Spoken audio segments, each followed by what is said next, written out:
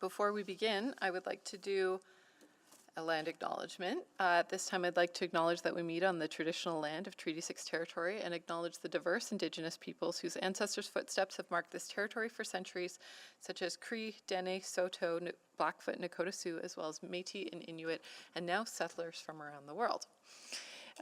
With that, I'll do a roll call of committee members. I'll start with Councillor Paquette. Good morning. Good morning. And Councillor Salvador. Good morning. And Councillor Principe. Good morning. Welcome. And Mayor Sohi. Good morning. And both of those are joining us in chambers, so it's nice to have some company. Adoption of the agenda. Councillor Principe. I would like to move that the April 26, 2022 Urban Planning Committee meeting agenda be adopted with the following change. Addition of 7.1, licenses for rental providers and public access to information. Thank you. Any additional questions, comments, concerns about the agenda? Hearing none, please vote.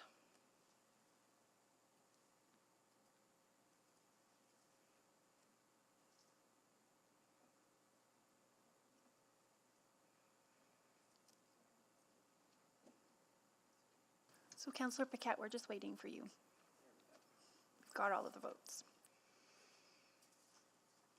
And that is carried. I neglected, before we move on, I neglected to acknowledge the other councillors joining us. Councillors, in addition to committee, we have Councillor Knack, Councillor Stevenson, Councillor Rutherford, Councillor Wright, and Councillor Tang and Councillor Jan's joining us today. So they may pop up to ask you all questions. Approval of the minutes. Councillor Salvador. Sure, happy to move that the minutes from the following meetings be approved. The April 8th, 2022 Urban Planning Committee, non-regular, and the April 12th, 2022 Urban Planning Committee. Thank you. Questions, comments, concerns about the minutes? Okay, all those in favor?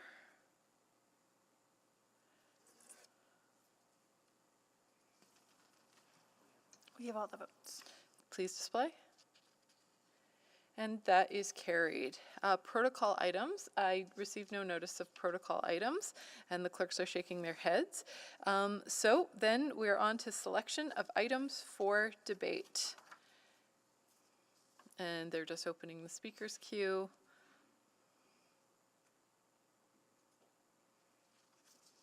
Councillor Salvador. Sure, thank you. So I'd like to select 6.1, 6.2, and 6.4. I believe we have speakers. And I would also like to select 6.3 and 6.7. I think Councillor Jans has some questions there. All right. So that's the whole agenda. Yes. Sorry, just to clarify, is that 7.1? Sorry. Yes. Yeah, okay. Thank you. So, yes, so 7.1. Sorry, I heard it as 7.1 too. But yes, so 6.1, 6.2, 6.3, 6.4, and 6.5 have all been selected. Sorry, 7.1. We're all struggling with that number today, I guess. So that leaves nothing else to be dealt with. So we won't be voting on items not selected for debate. Request to speak, Councillor Principe. I would like to move the recommendation to listen to the request to speak. The speakers, that the Urban Planning Committee hear from the following speakers and panels when appropriate.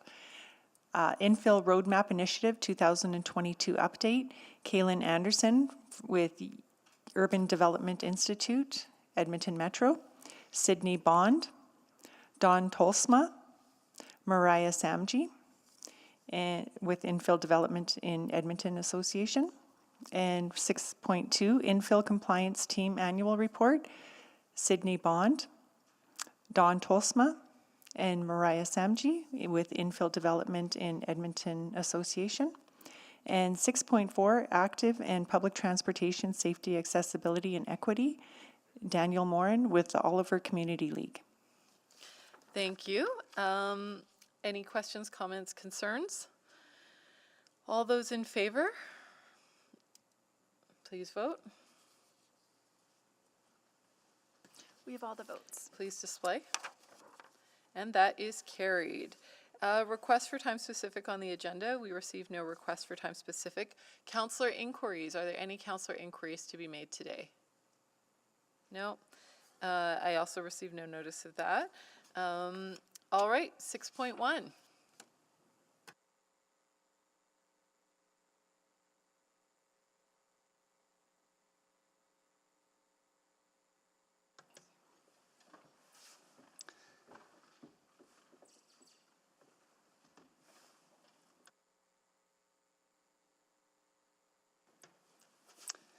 Good morning, committee. My name is Kent Snyder. I'm the branch manager of Planning and Environment Services, and I'm here today as well acting for Deputy City Manager Stephanie McCabe. Today we're providing an update on the successful infill roadmap.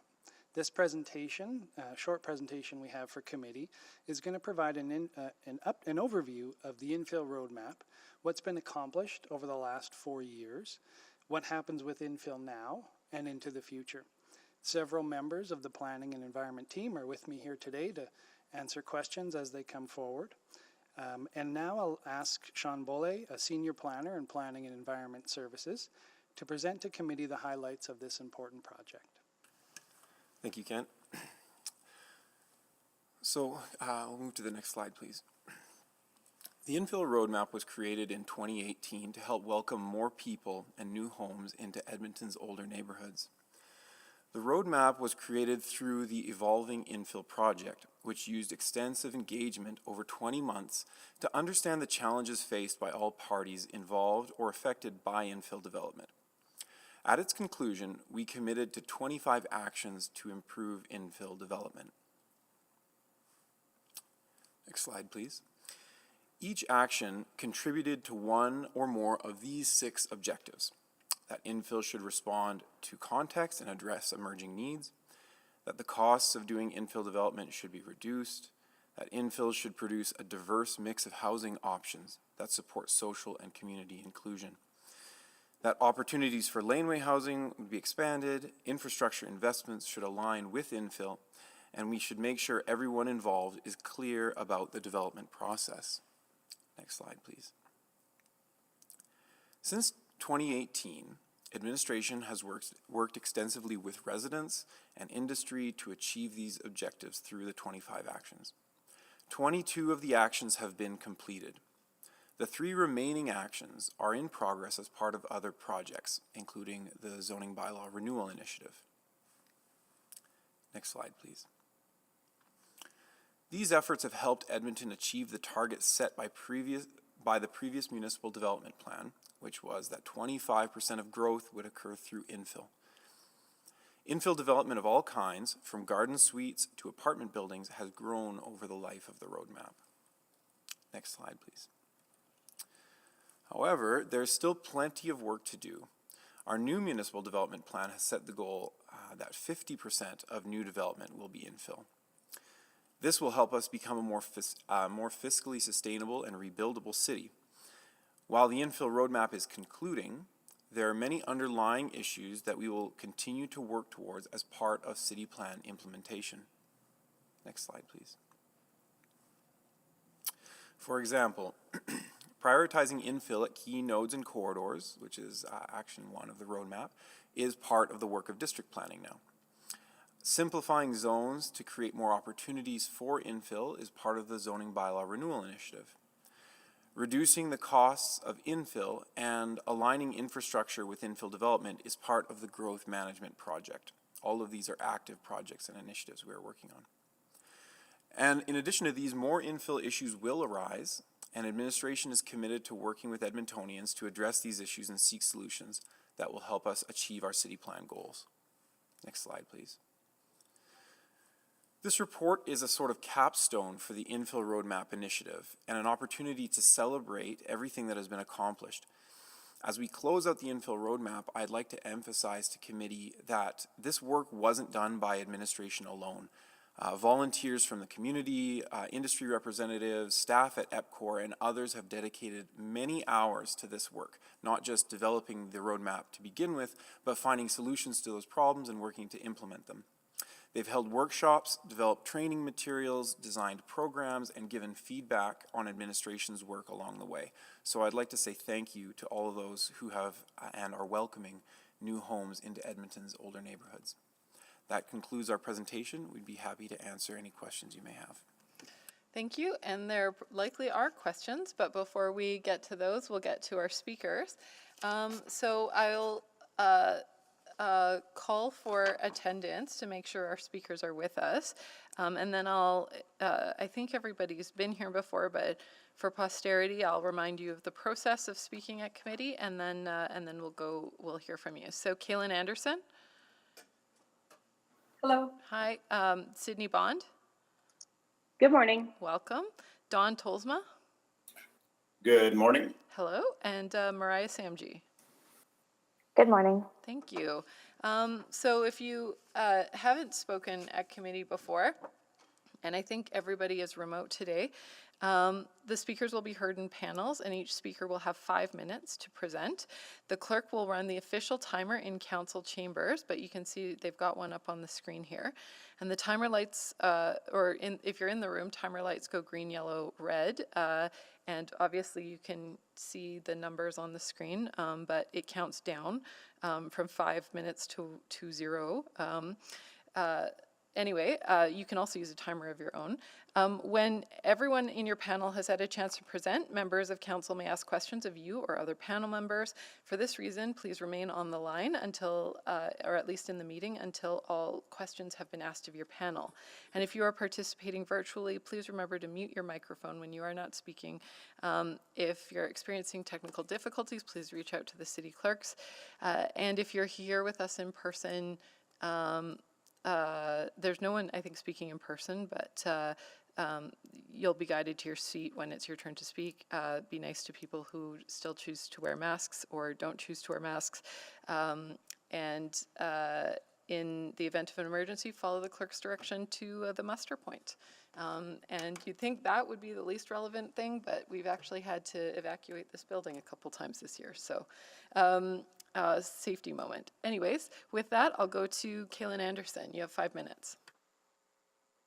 Thank you very much, and good morning, members of Urban Planning Committee and City Councillors. My name is Kaylin Anderson, and I'm the Executive Director of the Urban Development Institute. I'm here today to provide a few reflections on Edmonton's infill roadmap.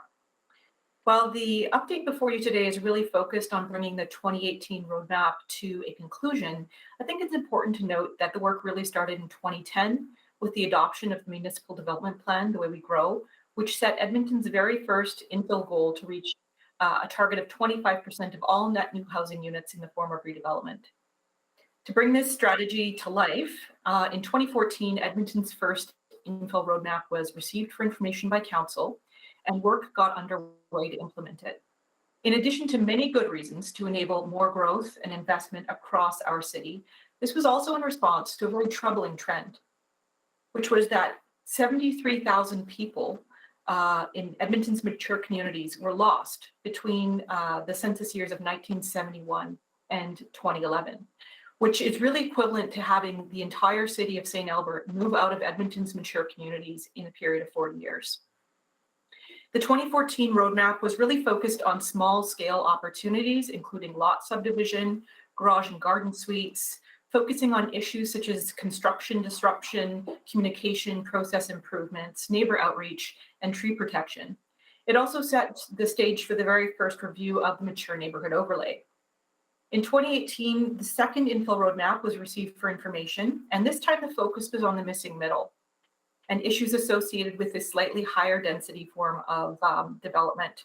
So new concerns such as zoning and infrastructure requirements came to the forefront, as did housing affordability in a whole new way. As the work has proceeded over the last decade, all of these efforts have made a difference. Towards the end of the MDP's life cycle, the 25% target was not only achieved, but exceeded. While there's always more work to be done, and living in a rebuildable city involves a constant process of change and evolution, it's important to mark important milestones and acknowledge the work that was achieved by communities, builders, investors, city administration, and 4 terms of leadership by Edmonton City Council.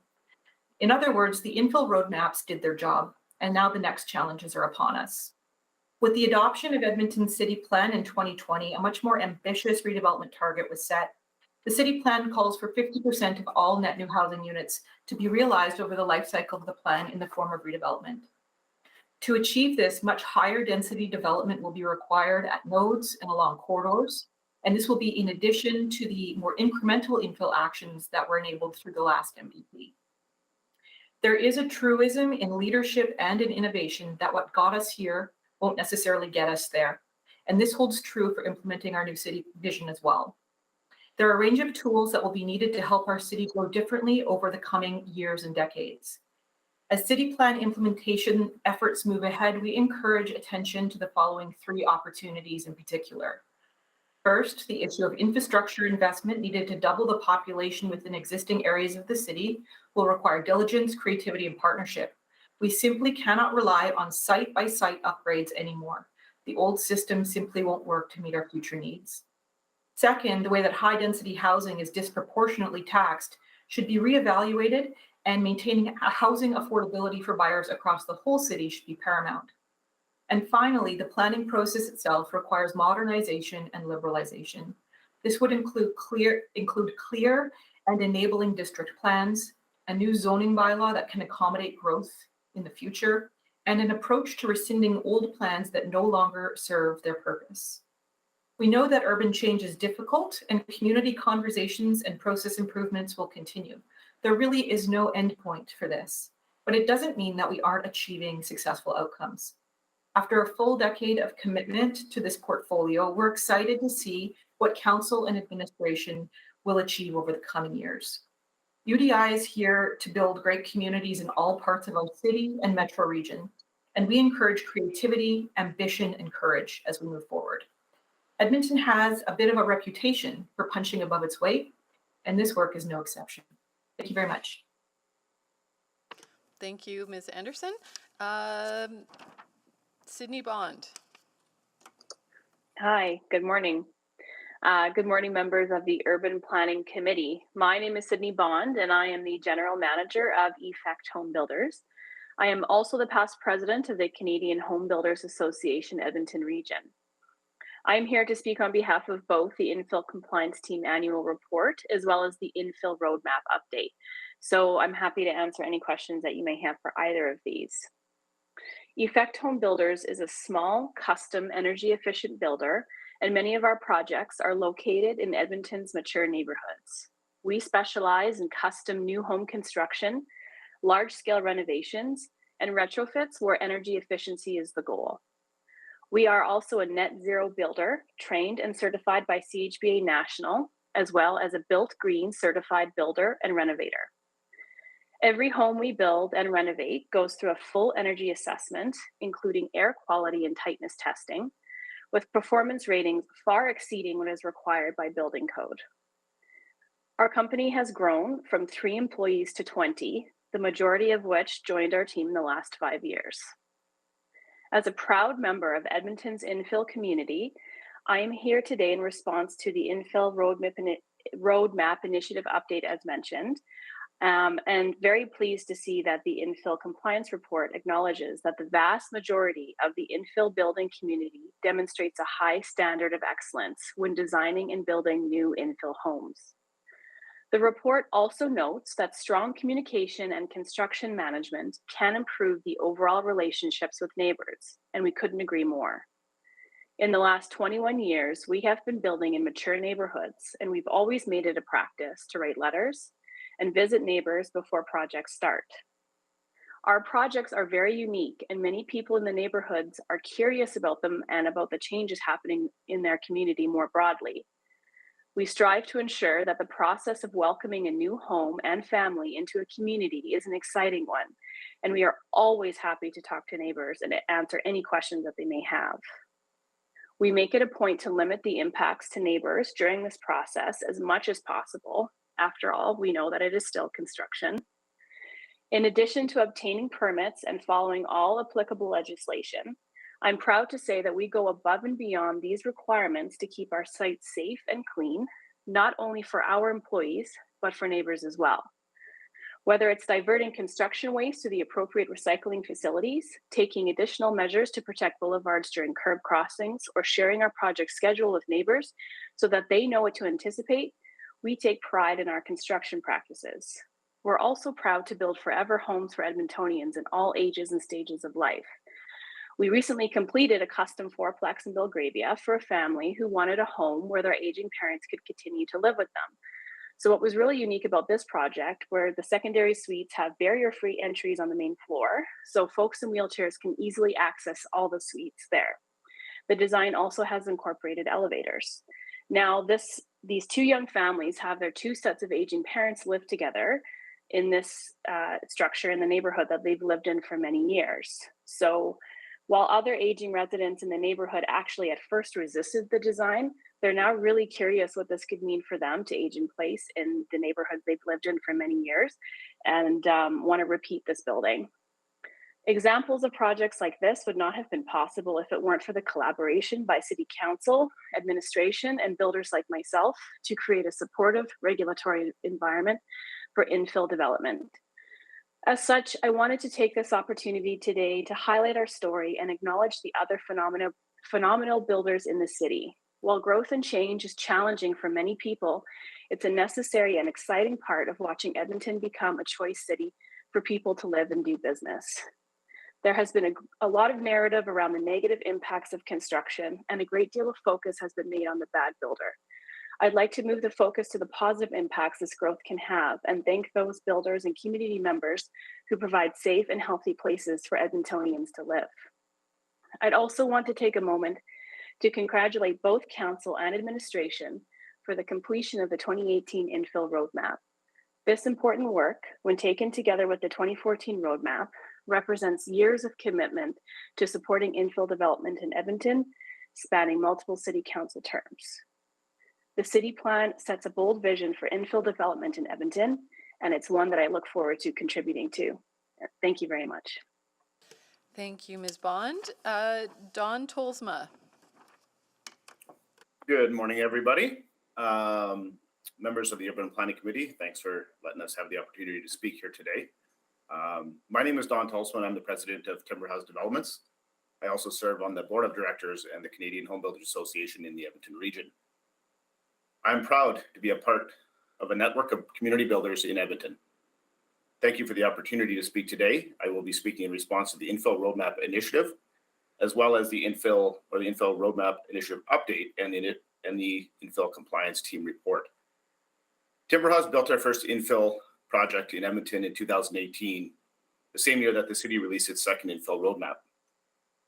I want to begin by offering my congratulations to the many individuals that made the 2018 infill roadmap a reality and now a success, as the city has achieved their initial goal of 25% of new homes in Edmonton to be infill units. As Edmonton has continued to grow, so has Timber House. We're on pace to sell between 40 and 50 new infill projects this year alone, and are proud to offer a variety of housing forms to meet the unique needs of our clients and provide affordable solutions to home ownership. This would not be possible if it wasn't for the advances made through the infill roadmap. Many of our clients grew up in mature neighborhoods and are now either looking to raise their own families there or live closer to their aging parents, sometimes with only a backyard in between them. As a result of zoning changes, more families can now afford to purchase an infill home with both a garden suite and secondary suite to offset the cost of the mortgage. And many seniors can find accessible suites which allow them to age in place, much as Sydney just mentioned. We recognize that the things that our clients value about in their neighborhood, such as beautiful mature trees, are the same amenities enjoyed by residents who have lived in these communities for many, many years, sometimes even decades. The process of building a new home in an existing neighborhood is not always easy, particularly for existing residents. I was glad to see that the city's experience and data supports that most builders are accountable and responsible in communicating with neighbors and resolving issues as we share this perspective. As administration has outlined in the report, most impacts of construction are temporary and typical with construction. Despite this, Timber House takes a unique approach to limit these impacts throughout the construction process and ensure that the neighbors' concerns are heard. This might include building the neighbors a new fence or replacing landscaping that has been impacted by the current construction, sweeping off the sidewalks during spring runoff, or moving a generator on the weekends so that folks can enjoy their backyards without the extra noise. While we are pleased to see that the city is continuing to create educational information, which can be shared with the neighbors and builders, I am proud to have worked alongside the Canadian Home Builders Association here at Edmonton to proactively develop the Infill Tool Kit. The Infill Tool Kit was developed by builders, trades, surveyors, to support members in establishing amicable relationships with the community during the construction process. The toolkit contains helpful resources like a construction stage infographic, which can be used to educate and inform neighbors of upcoming development in their neighborhood.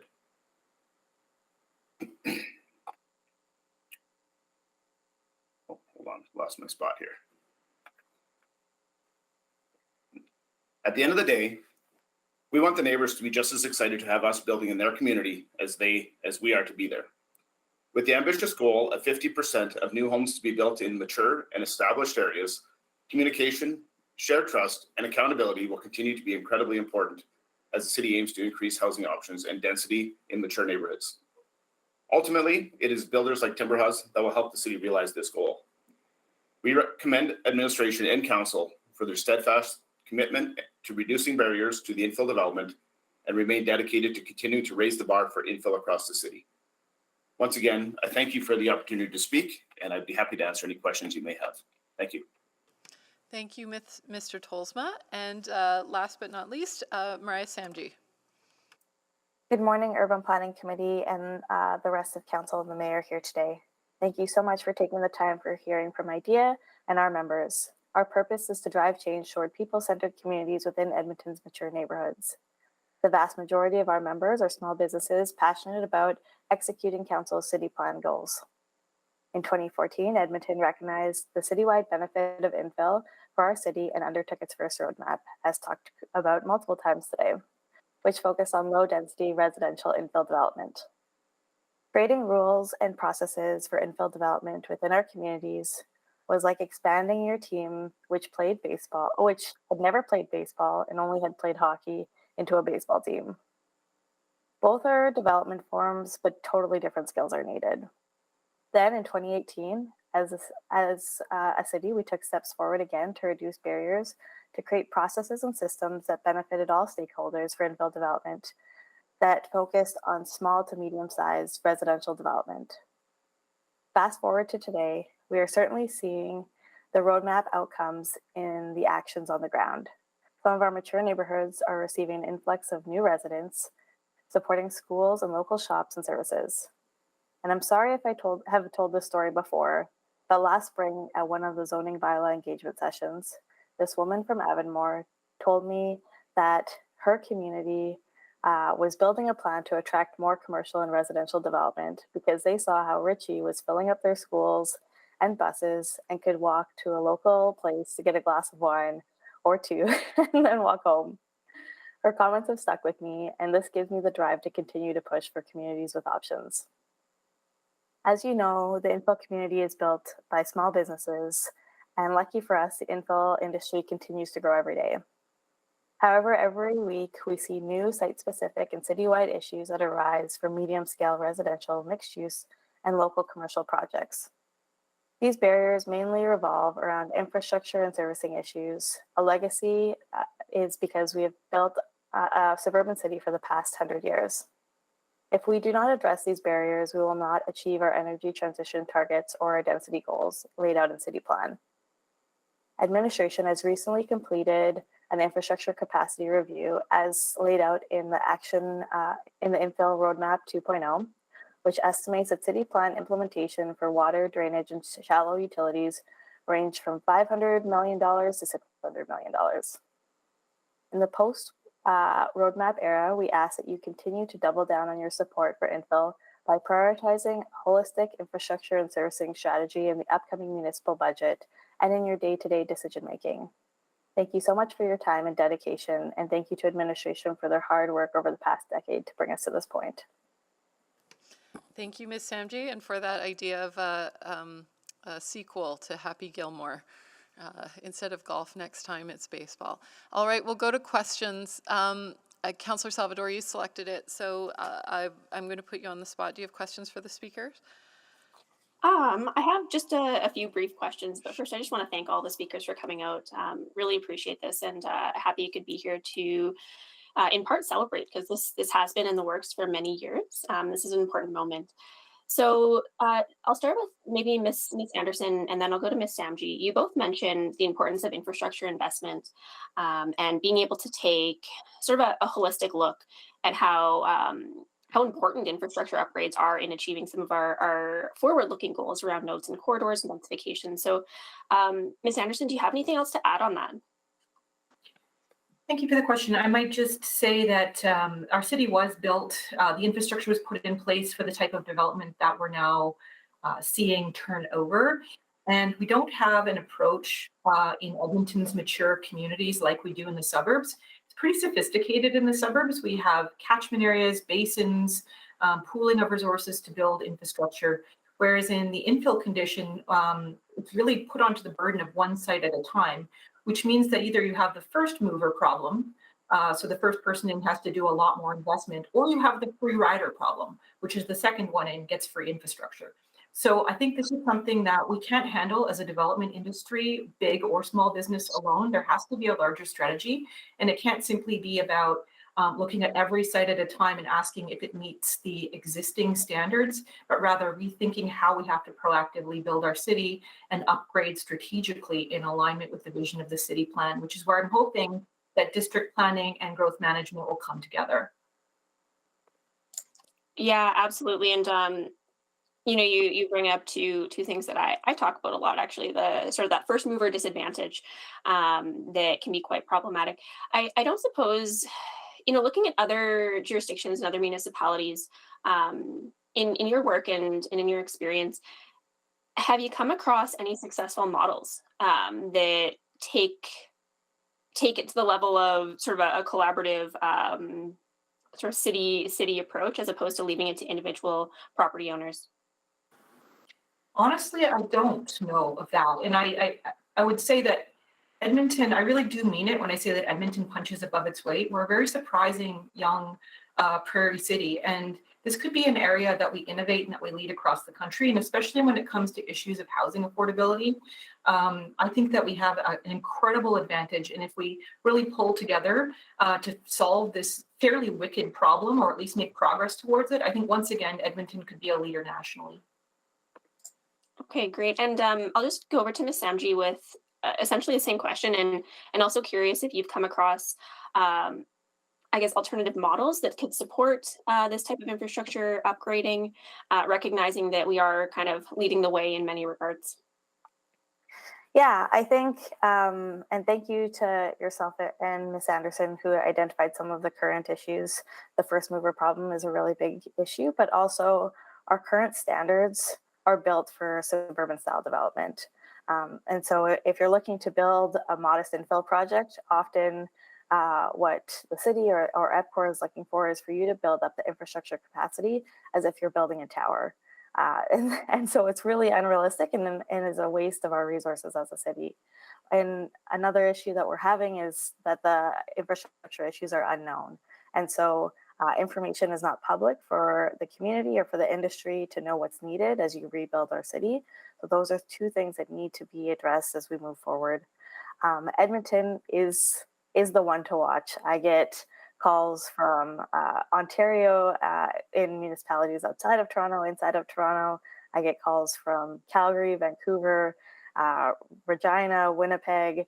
They're looking at what we're doing on how we're building out infrastructure cost share programs and infrastructure modeling. And so I'm really proud of what we've done with our current water main infrastructure program, but it is a Band-Aid solution that is reactive.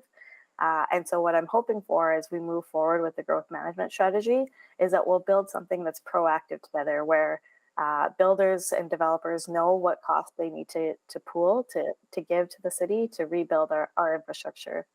And that could be a cost per door, similar to our sanitary sewer chunk charge, or there could be a lot of other opportunities. But that's something that we need as a community to come together and build out that strategy. Great. Well, thank you so much for that. And just really quickly, with my last 30 seconds, any thoughts on the Infill Data Explorer map? Pardon me. I know having access to that type of information can be really important when developers are deciding what they're going to do on a site. I think that there could be some additional work done there, but I'd like to hear your thoughts. Yeah, many of our members are using it quite frequently.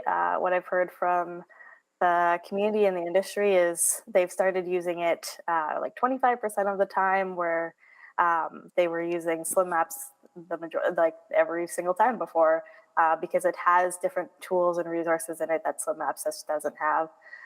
But I think one of the things that needs to grow in that Infill Data Explorer is our infrastructure information. So it gives you a look at kind of what the water standards are in the neighborhood, but it doesn't give you any information around power. It doesn't give you any information around the cost share program. So what new infrastructure is coming in. And one key thing that it's missing is the nodes and corridors. I know they're being defined now through district planning, but it's a lot of back and forth trying to make sure that you have the information you need as people go through and submit projects. Thank you, Ms. Samji. Thank you. Yeah, Mayor Sohi. Thank you so much, everyone, for being here today. I want to start with where Councillor Salvador started on asking about the infrastructure investments instead of side-to-side, more of a collective investment. And you identified some of the challenges and the opportunities. So I want to know what is required, what should be our next step in order to achieve and fill that gap. I'll go to maybe Ms. Anderson. Thank you, Mayor Sohi. What would be the next step? Well, I think that we can look at how we've been building our new communities for the past 70 years and look at what's been working really well and what's created efficiencies of scale and opportunities for collective investment. So we have a ton of experience with building new neighborhoods. What we don't have experience with is holistically rebuilding neighborhoods that goes beyond site by site. So,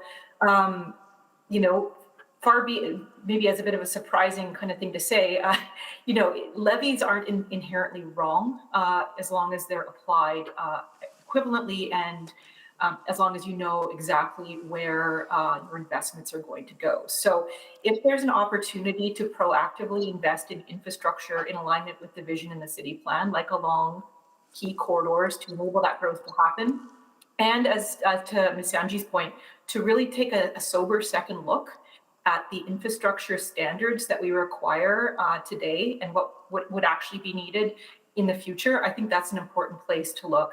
Without going on too long here, I realize it's your time, Mr. Mayor, but I would say, for example, in terms of EPCOR water, even though density has been going up, water use has been going down. Mm-hmm. And that's because there are fewer people in each home, and also because our plumbing fixtures are so much more efficient. So in fact, our capacity has grown instead of diminished as redevelopments occurred. So we need to look at these things and actually wonder if we have the systems, structures, and processes in place to meet the future. Okay, I will ask that question to administrations because I'm looking for more of a roadmap in a way that what do we need to do to close this infrastructure gap, and that we're not looking from side to side, we're more looking collectively in the neighborhood. So that's good. You might have seen an article in the Globe and Mail, I think it was last week or week before, really praising Edmonton's efforts in overhauling the zoning regulations. So that was your second point, like how do we enable through zoning more infill, and because that directly ties to affordability as well. The more we can do to reduce upfront cost, whether it's infrastructure or the process through zoning, right? So I don't know if you get a chance to. I believe that Edmonton is really positioned to tap into these opportunities. Just want to get your thoughts on that. I couldn't agree more, Your Worship. I think we are the leader, not only in the country, but potentially in North America in terms of the work that we've been doing. Good. And it's really, I guess, one of the key messages I wanted to leave today. It's really the leadership of council and administration and the confidence and bravery and courage of our communities and builders that get us there. So I don't think that wasn't our first Globe and Mail article, and it won't be our last. Yeah, good. And my final question is related to the diversity of choices in the infill area. When I look at the 25% target that we have met, I would like to better understand, and maybe this will be a question to administration, where is that density happening? Is it residential towers in the downtown core? Is it happening around the corridors that we have identified? It is more single skinny homes or single family homes or duplexes, or is it the missing middle that Councilor Salvador so eloquently articulates, and which is we need to figure out how we facilitate that. I don't know if you have any thoughts on where's that 25% infill is happening. Yeah, it is not the missing middle. The middle is still very much missing. It is towers and some incremental infill through garage and garden suites, as well as lot subdivision, and very limited mid-rise. But I think Ms. Samji probably has a better handle on this than I do. Raya? Yeah, so in 2019, significant changes were made to missing middle zoning. Since then, some of those projects have gone forward. So that's why you're seeing a lot more row housing, stacked row housing, small scale apartments.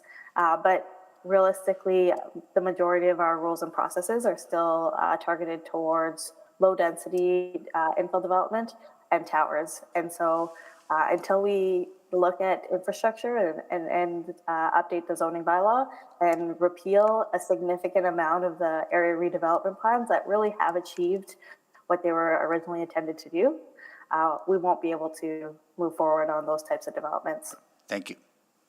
Thank you. Councillor Stevenson. Yes, thanks very much. I really wanted to drill into the infrastructure piece. I know we've had other questions on it this morning, but I do think it is so critical, particularly in terms of ensuring that the standards that we have are the right standards. But Ms. Samji, could you maybe speak a bit more about what exactly, as council we need to keep our eye on, or what you would suggest moving forward? Yeah, I think if we needed to, or if we move forward with an infrastructure strategy, I would hope that there was 4 points that we would see. So updating the standards, they really don't align with infill development. They're made for suburban development. We do need to create a fund that everyone pays into, both current residents and new residents going in. We need open data so that people know what they're getting into, what is existing and what they need to put into their performance. And we need to look at how EPCOR charges their rates.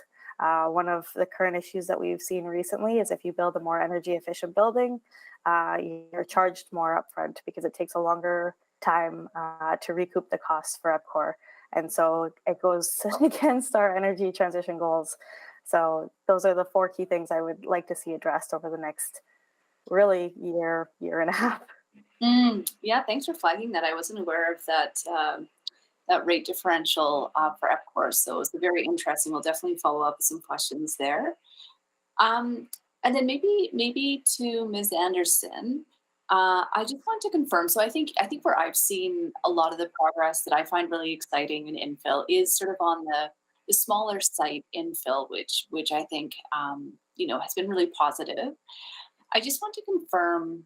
I guess I'm just wondering if there's anything different we need to do to catalyze some of those larger sites. So the mall sites being primary among that. Is there anything that we need to be really intentional about, or is it sort of the same as all the other infill projects? So just ensuring that the infrastructure is there, that the plans are in place. Any thoughts around that? Thank you, Councillor. I believe the city has been doing a lot of really great work with extending the LRT and planning for mass transit. That's a piece of infrastructure, and it matters. What I think is one area that we could really focus on is in terms of neighborhood reconstruction and redevelopment, particularly in the downtown. I don't think it's received its fair share relative to how much it contributes. A lot of infrastructure is crumbling. There's not very good sidewalk condition. Street lighting is outdated. And there's a lot of construction that's happening, which is spilling into the public rights of way in the meantime. So when we think about the fact that the downtown represents less than 1% of all of the land area in the city and contributes almost 10% to the tax base, I think that it should be getting a lot more attention in terms of urban design, proactive redevelopment, et cetera. And I would like to give a great shout out to administration and council, current and past, on the redevelopment of campus warehouse park, which I think is going to be a major improvement to our downtown. But that's just one set of parking lots. And when you walk around what's around it, you'll see that the sidewalks are still crumbling and the curbs are falling apart. So I think that's one area I'd really encourage some additional attention. Okay, thanks for that. I mean, that's music to my ears in terms of helping to advocate for some of those resources downtown. So thanks for flagging that as a priority. And then, yeah, is there any discussion happening now around, for example, Bonnie Doon? Are those projects, the landowners there, that sort of mall redevelopment work is happening naturally, or is there anything that we can do? Again, as you mentioned, we're bringing LRT. Anything for the city can do to help catalyze that? Well, one issue, and it's come up in other contexts, but the taxation rate is a problem for our towers. With the other residential tax class, we're sort of penalizing rental product, and higher density development is paying more than its fair share. I would also say that, not to draw back too much on the past here as well, but our waste management approaches and standards don't necessarily work for towers. So we need to think about all of that stuff. And I think that the partnership that the city can maybe foster or participate in with our other agencies like EPCOR and ATCO and all of the underground that we don't necessarily see, that's somewhere that we could use a lot of partnership. Wonderful. Okay, thank you so much for the information, and to all of our speakers for coming today. Thank you, Councillor Stevenson. Councillor Jans. Thank you again to our guests, and I'll just put this out as a what's the word? A free throw, so whoever can grab it if they'd like. I've had a number of constituents express interest in infill in Ward Papasteo, but either non-market infill, co-ops, other opportunities. And I wanted to hear, what role do you think the city could catalyze if we could come to the table with land, or if the city could come to the table with seed funding, how sort of we could support an infill strategy with a different ownership model? Well, I'll grab the pop fly and then pass the ball. Thank you, Councillor Jans. The city has a lot of resources, and one of them that's under leverage potentially is land. There's a lot of remnant parcels, especially in the core. I think that could be leveraged for that. So I would consider your land assets one of your kind of top shelf opportunities, and I'll let somebody else jump in from there if they'd like. Can I just expand on that? I mean, if anybody on the call knows about city planning, what would be the min specs to get a project like that going? It could. I'm aware we have some co-ops that are a single family model. Others are multiplexes. What would be the min specs from the opinion of industry folks to get something built and out and operating, in terms of either space or what we need to be looking at? Because I think sometimes we look and say, well, we can't do something equivalent to, say, Abbey Road, but there may be other models. I think one of our builders on the call would be the best place for this one. I can weigh in here a little bit. So from our perspective, I think, and interesting that you bring this up, Councillor Jans, because in the last year, we've had a lot of people interested in this type of project, living together, like community style living.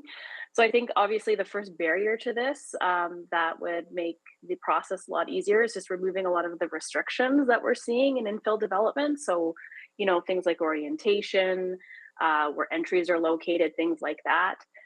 Especially if you want to build buildings that have microgeneration properties, things like that with solar. We kind of want to be able to have the same flexibility in our core that we do out in large areas. So that would be the first thing, honestly, and the simplest thing to focus on is just allow for some more flexibility so we can build those types of projects.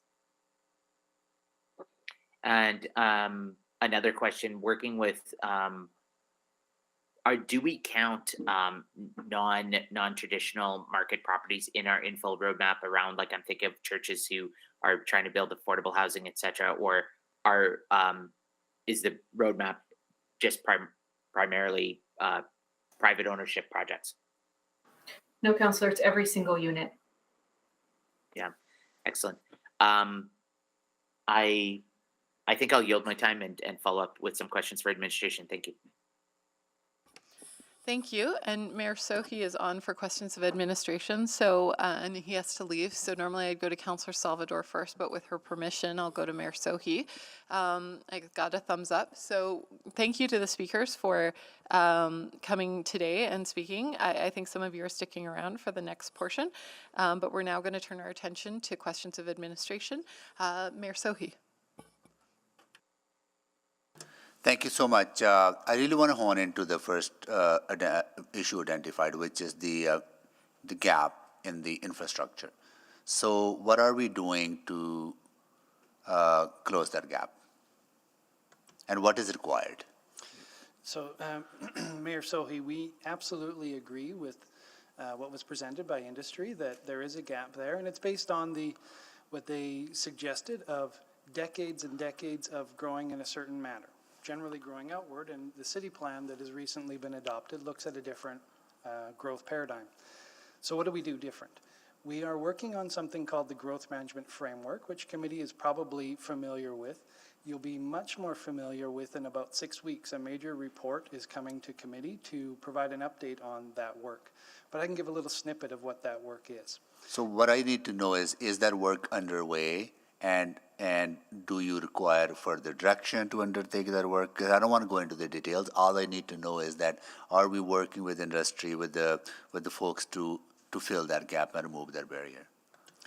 Absolutely, it's well underway. At the June report, it's a check-in, and there's a budget component coming up as well for council to consider. So yes, absolutely, we're working through it. Okay, that's good to know, because we definitely need to tackle that issue.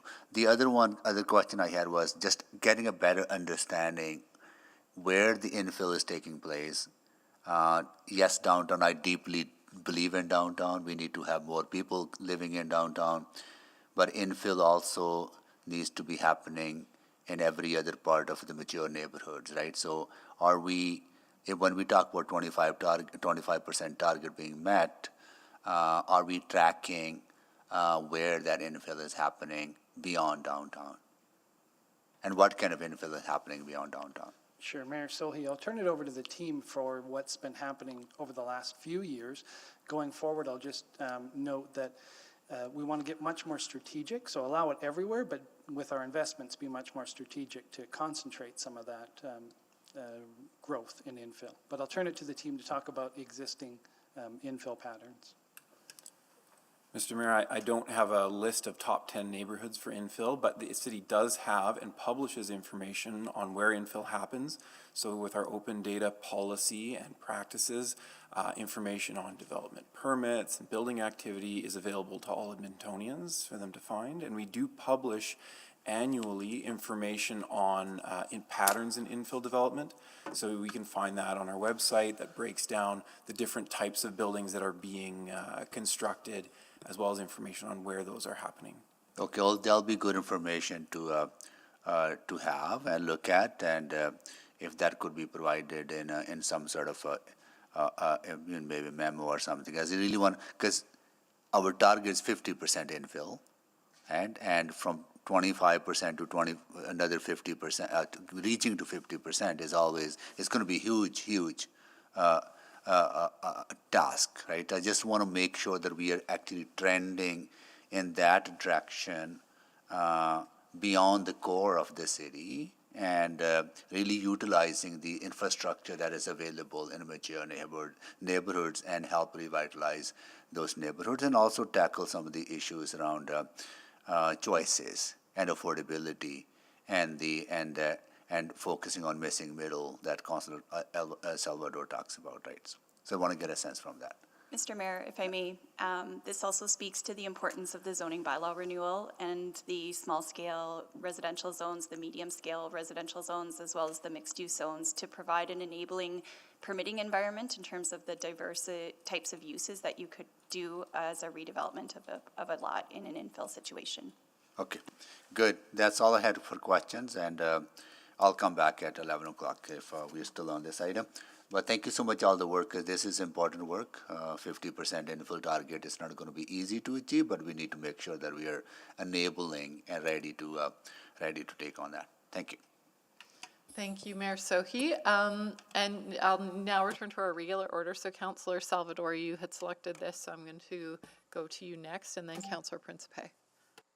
Sure, thank you so much.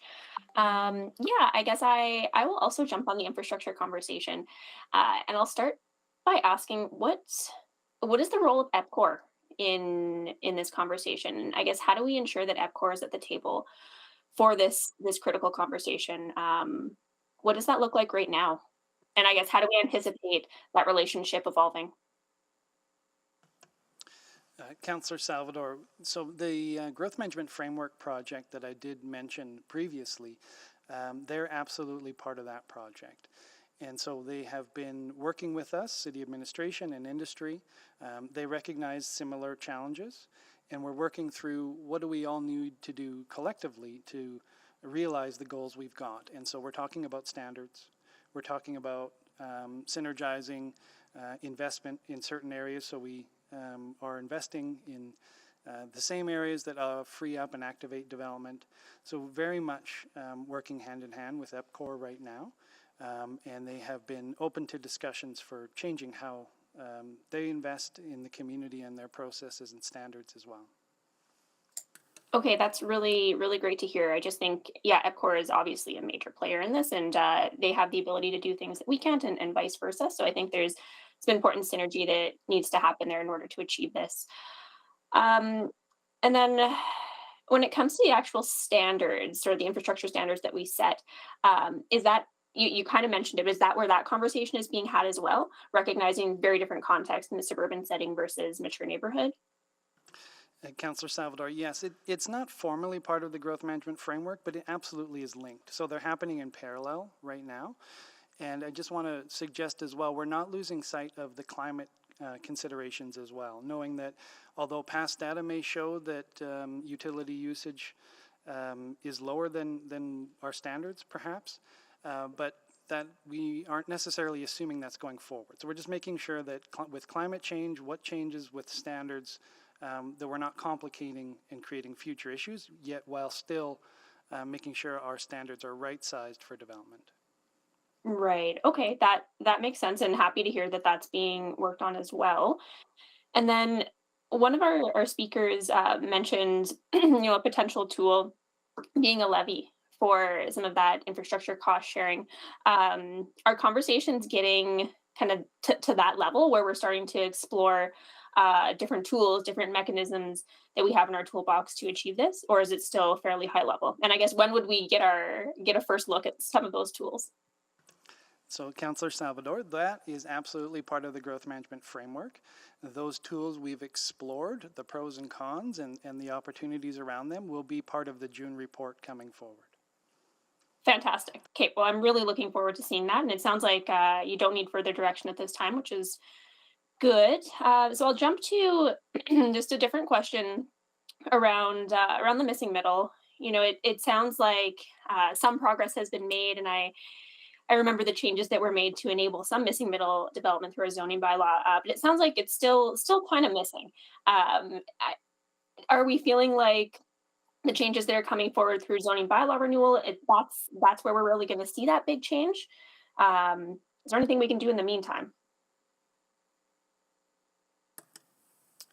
So the missing middle, you could say, is still missing, but as the city publishes stats on the type of development activity that's occurring, and there are not just towers being built, there are low-rise apartments, there are secondary suites and row housing, and other housing forms that are expanding.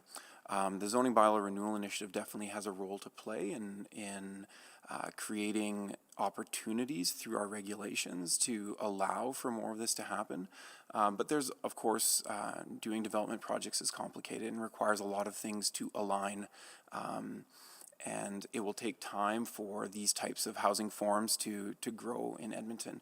To answer your question about other things that we can do along the way, I think that the body of work that we have underway through the Zoning Bylaw Renewal Initiative, district plans to help indicate where we are looking for growth to occur, and growth management framework to answer How are we supporting that type of growth? I think this is the critical work that needs to happen to support these types of projects. And as part of the infill roadmap, there have been a lot of small projects along the way that have supported these types of housing forms, like the cost sharing program is one among a number of them that we could discuss further if you wish. Great. Well, I'll come back for a second round. Thanks so much for that. Thank you, Councillor Prince O'Hay. Thank you, Madam Chair. Administration, I've heard the term often, gentle densification. Can someone explain what that means? How is gentle densification created? Yeah, so gentle densification is usually referred to adding more people or more households to a neighborhood without having to add large buildings to that neighborhood. So gentle densification happens when someone adds a secondary suite to their home or adds a suite where their garage is for a garden suite. Gentle densification can occur when you have a home that is redeveloped to be a semi-detached house, for example. These are all examples of gentle density. Okay, great. And those were all the examples that our speakers spoke of as well, which I believe many residents are welcoming of that kind of densification. But in reality, we're seeing a little bit more densification than that. And as one of the speakers said, Edmonton is one of the industry leaders in Canada, possibly even North America, of infill development. So that's kind of contradictory to gentle densification, in my opinion. Would you agree or no? Well, I think that we need to provide infill opportunities across the range of housing types. And of course, we want to encourage the development that's appropriate for the context that it's being built in. So if you look at the housing stats, we've done great work around garden suites and helping more of those be made available, but they're still amounting to about 60 units a year. So it's not a tremendous amount of units, and there's a lot of people that are still looking to move to Edmonton and live here and build a life in their businesses here. So I think it's really important that we look across the spectrum and address more than those types of concerns or that level of housing. Yeah, I would like to see more concentration on the gentle densification. That, I think, again, is more accepting to the residents who live there. That's something that they would like to see. And when I went door knocking, I heard a lot of that's, what would be acceptable or palatable to the residents. And then I also wanted to discuss, the 25% to 50% now. In the evolving infill results we saw from 2020 to 2021, the infill portion went down, 6-7%. Is that a downward trend? Are we expecting to see that go back up? Or was it because of COVID, people wanted more room, larger homes? So the pattern of development depends on a number of factors. So I'd say to your direct question, yes, we're expecting that to turn around. We don't think it's part of an overall trend. But where development happens depends on a lot of factors, macroeconomic factors that are even outside of the influence of our regulations and plans. However, the work that we can do to establish the right types of regulations to permit development overall will help buoy that trend up in the long run. Oh, okay. And I do want to say that we've discussed the missing middle.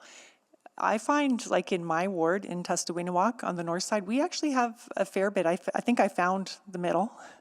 We have a lot in our ward. Is it just that we need to maybe have it in other wards, maybe it needs to be spread around a little bit more? Well, Edmonton and Calgary, similar types of cities, have a very high proportion of single detached homes relative to most other major metropolitan areas. And that reflects we were small prairie cities for a very long time, and this is a pattern of development that worked in that context. I just think as you see Edmonton grow from 1 to 2 million people, that proportion will need to change because we can't expand endlessly outwards, and so you're going to see that percentage change over time. Yeah, and sorry, just to add to that, the work that we're doing with district planning, that will help identify with some more specificity our nodes and corridors, will help also define where we want to see that intensification to happen across the city. yeah, that sounds good. And I am in support of densification when it's gentle densification, and that I do like to see that we are going to focus more on the corridors and nodes. Thank you. Thank you, Councillor Principe. Councillor Paquette. Yes, thank you, Madam Chair. As we have no motion on the floor, I will move that we receive this for information and then just have a couple questions. Great, thank you. So we now have the motion to receive this for information on the floor, but that does not preclude further questions. So Councillor Paquette, go ahead. Yeah, thank you. So I just wanted to ask a quick question about affordability in context of the national discussion on affordability for new home buyers and for people in general. And at this point, Edmonton is rated as a very affordable city. And it seems to me that the way that our city has moved forward on infill in the past is helping that conversation and helping affordability. And do we have data that backs that up, that as we build more housing, especially in the core, that has some form of effect, basically because we're providing more housing through our partners and just increasing that supply. Is that something that is contemplated here?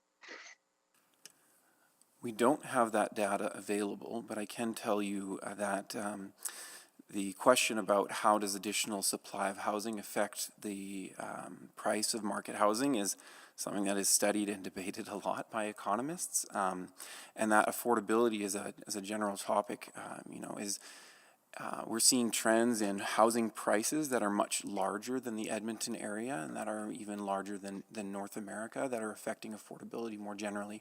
So we have a role to play in promoting affordable housing. And I think that through providing the right types of regulations and support for development, that is how we contribute to those outcomes. Right, because there's actually a lot in this conversation, isn't there? Because we're not just talking about the supply of homes, but we're also talking about the infrastructure costs. There is a minimal cost, for sure, that has to be taken to ensure that old systems can handle higher density. But that's less in the long term than continually expanding with low density on the outskirts of the city. Is that not right? Or do I have that wrong? If I understood your question correctly, yeah, when we talk about costs, there's the cost to the purchaser or renter of a finished product, but there's definitely costs for the city. I'll clarify, sorry. Just on the tax levy, sorry, I should have made that clear. Overall, I would assume that building more low density going outward and maintaining that infrastructure and building that infrastructure probably represents a higher cost than building more density within what we already have. That's correct. Even though we probably have to upgrade current systems. Councillor, that was the intent with the city plan, to look at all kinds of sustainability, including financial sustainability. So this city plan is that blueprint for how to maintain a future city. And that's my understanding. And the reason I raised these issues is because I think that's something that's getting lost in this conversation, in that this move toward density and this gentle density, if that's how you want to put it, but this move toward density and toward infill is actually something that helps the bottom line for all Edmontonians. And I'm just wondering if there's a way that we can start adding that into the future updates that we get. Councillor Paquette, we would agree with that statement, and we can look to how we can weave that into our work. Great, thank you. Yeah, because otherwise it just becomes a conversation of do I want an infill in my neighborhood, And that's not really what the conversation is about. The conversation is about a larger concept and affordability, not only for new homes, but affordability for the tax levy going forward.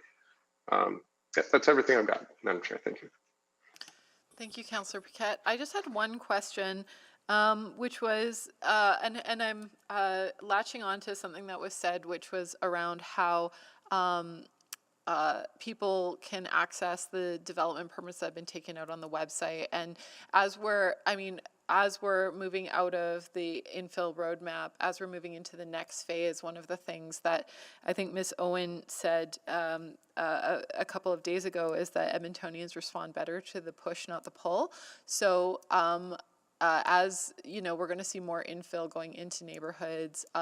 And I realize this might be a little bit of a different conversation, but are we looking at those pushes, not pulls? Are we looking at having notifications go out to people when something's in the when there's a development permit in the neighborhood, when something's happening? Are we looking at those kinds of changes as it relates to infill projects? Because I want to say one of the number one complaints, and this may be for the next one, but if we're talking about being proactive, or the next report I should say, one of the big concerns we hear is that people feel that they're engaged too late, that they don't know what's coming, and that they feel kind of caught off guard by what's happening. So I see everyone looking at Ms. Petrin. So I'll see if she has an answer. Thank you, Councillor Hamilton. Definitely the importance of communicating the vision and intent and implications or implementation of city plan is really, really important to have that proactive communication with Edmontonians. And so we're continuing to take different approaches, whether it's through the zoning bylaw renewal or district planning, or even updating our notices for land development applications that come to public hearings, so people understand where they are in the process and what their points of engagement are. So that's definitely a journey of continuous improvement in how we communicate to Edmontonians about that proactive change of city plan implementation. All right, and are we looking at mechanisms through the website?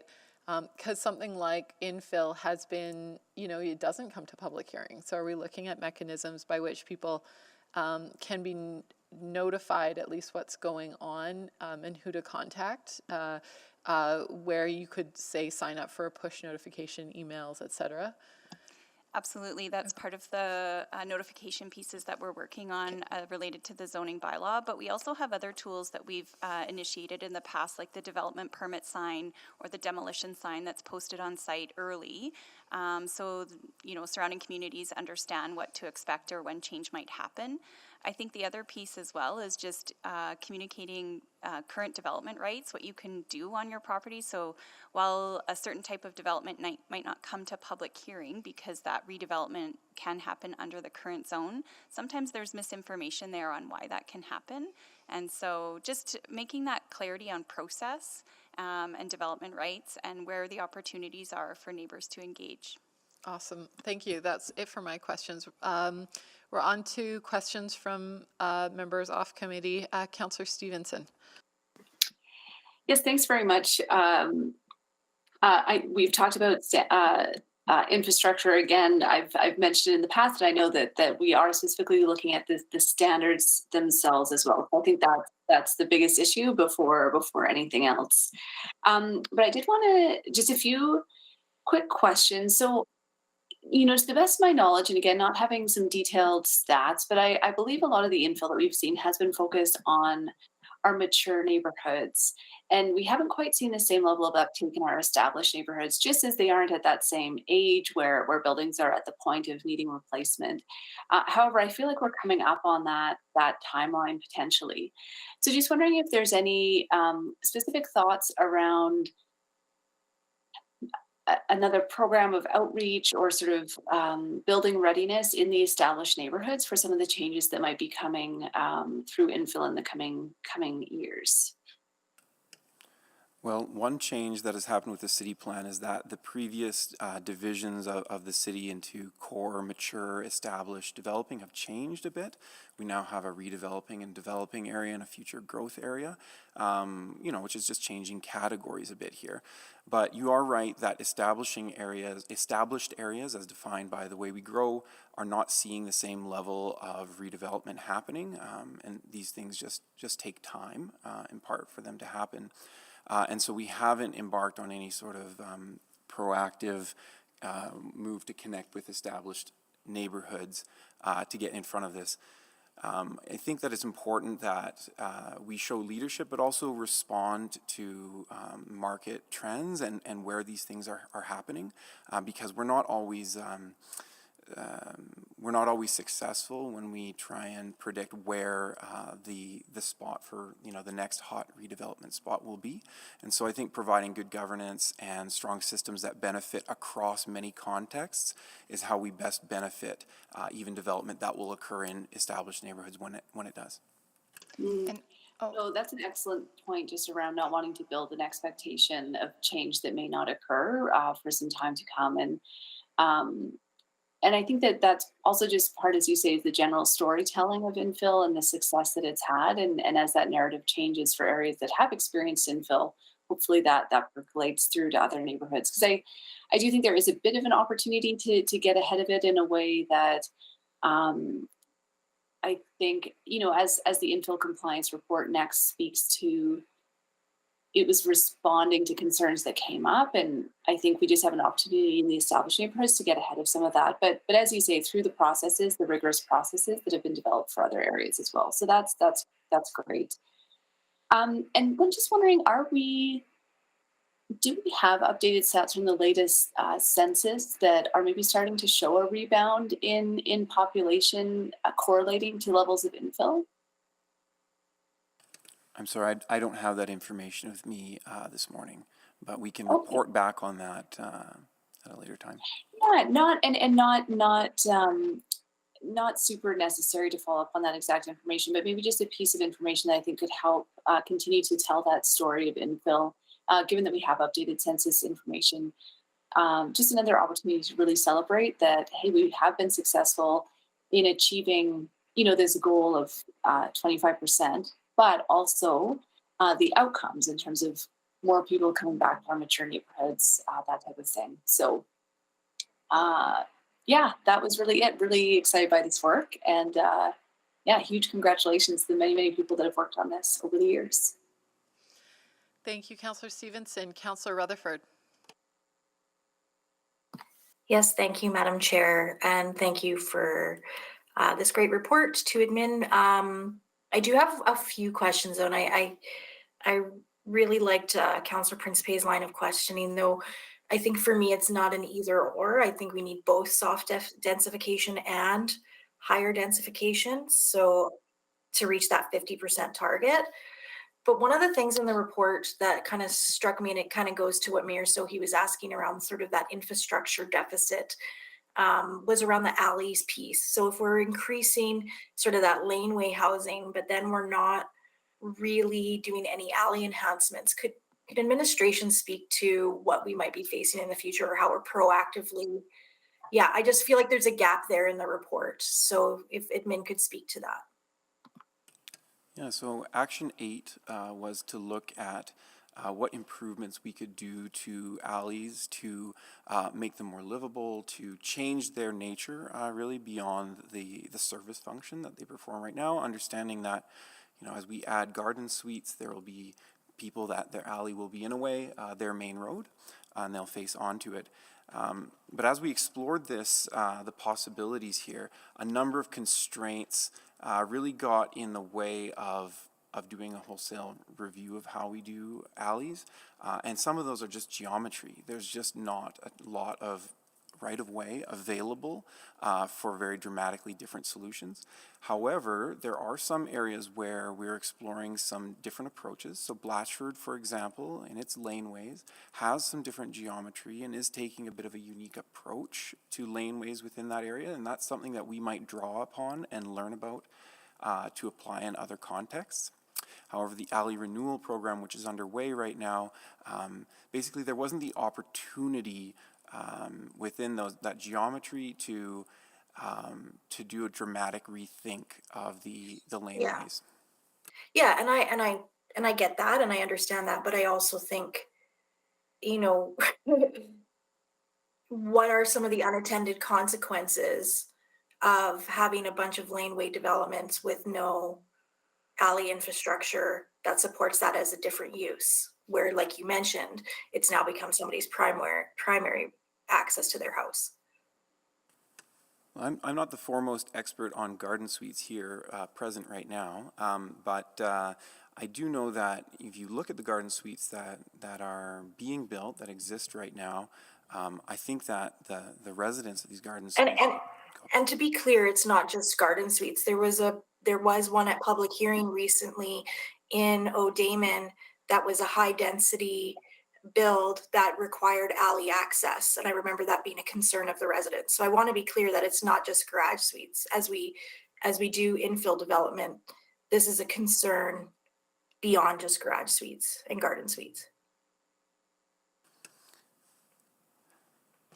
So, Councillor Rutherford, absolutely. Maybe to give some comfort, the growth management framework project that was discussed won't have necessarily the level of detail that will offer solutions to lanes, but it will talk about infrastructure needed on a community scale. And if the intent is to see a lot of lane development, there'll be funds and plans and designs to address those lanes. Additionally, through private or through individual development permits, conditions can be made to upgrade certain portions of a lane to accommodate that development as well. Yeah, I just think that there's a bigger conversation, because another thing that struck me again is I go to some of the public hearings and Greaspaw, is expected to densify by about 10,000 people, right? As it builds out. And you think about 97th Street and you think about 137th Avenue, and the traffic study was last done in the early 2010s. I don't know the exact date. So when we're talking about infrastructure, I think there is a gap right now. And I don't know what the answer is, but in terms of, the next steps and how we work with industry between, maybe it is that growth management strategy, but I think we also have to look at that in terms of that we're not being reactive, as was mentioned by some of our public speakers. We're being more proactive with that infrastructure piece. Any thoughts on that from admin?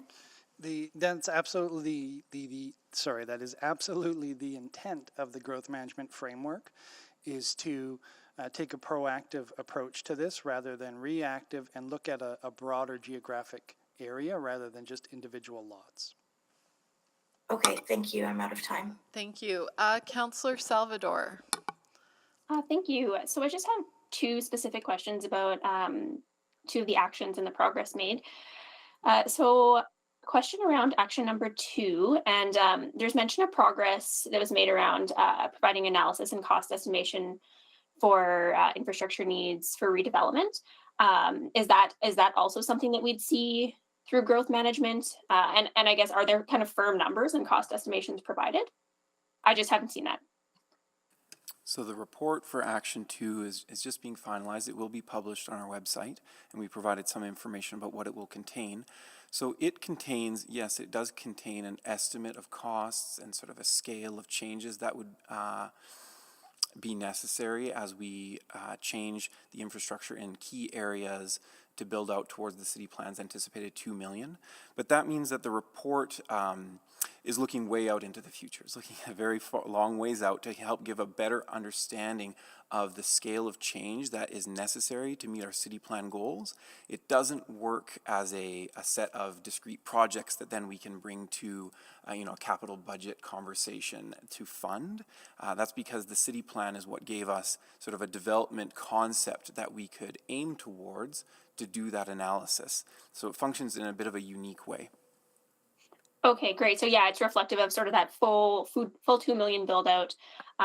Still be very curious to see that when it comes out. So thanks for the update there. And then just for action 11, I heard me ask the question of Ms. Samji around the infill data explorer, and I guess just opportunities to enhance that, to have things like power, cost sharing program, nodes and corridors reflected within that tool. Is that in the works? Absolutely. So district planning is mapping a lot of data points that are going to be of interest to the public and to builders to inform decisions that they make for development. And we'll be looking at how we can map that information and combine it with the information that we're already providing. I will share as well that as we've talked about sharing data, Ms. Samji spoke about sharing data. The City of Edmonton shares the data that we have through our open data policy and is very open. We've been having conversations with EPCOR about what additional information that they have that could be shared.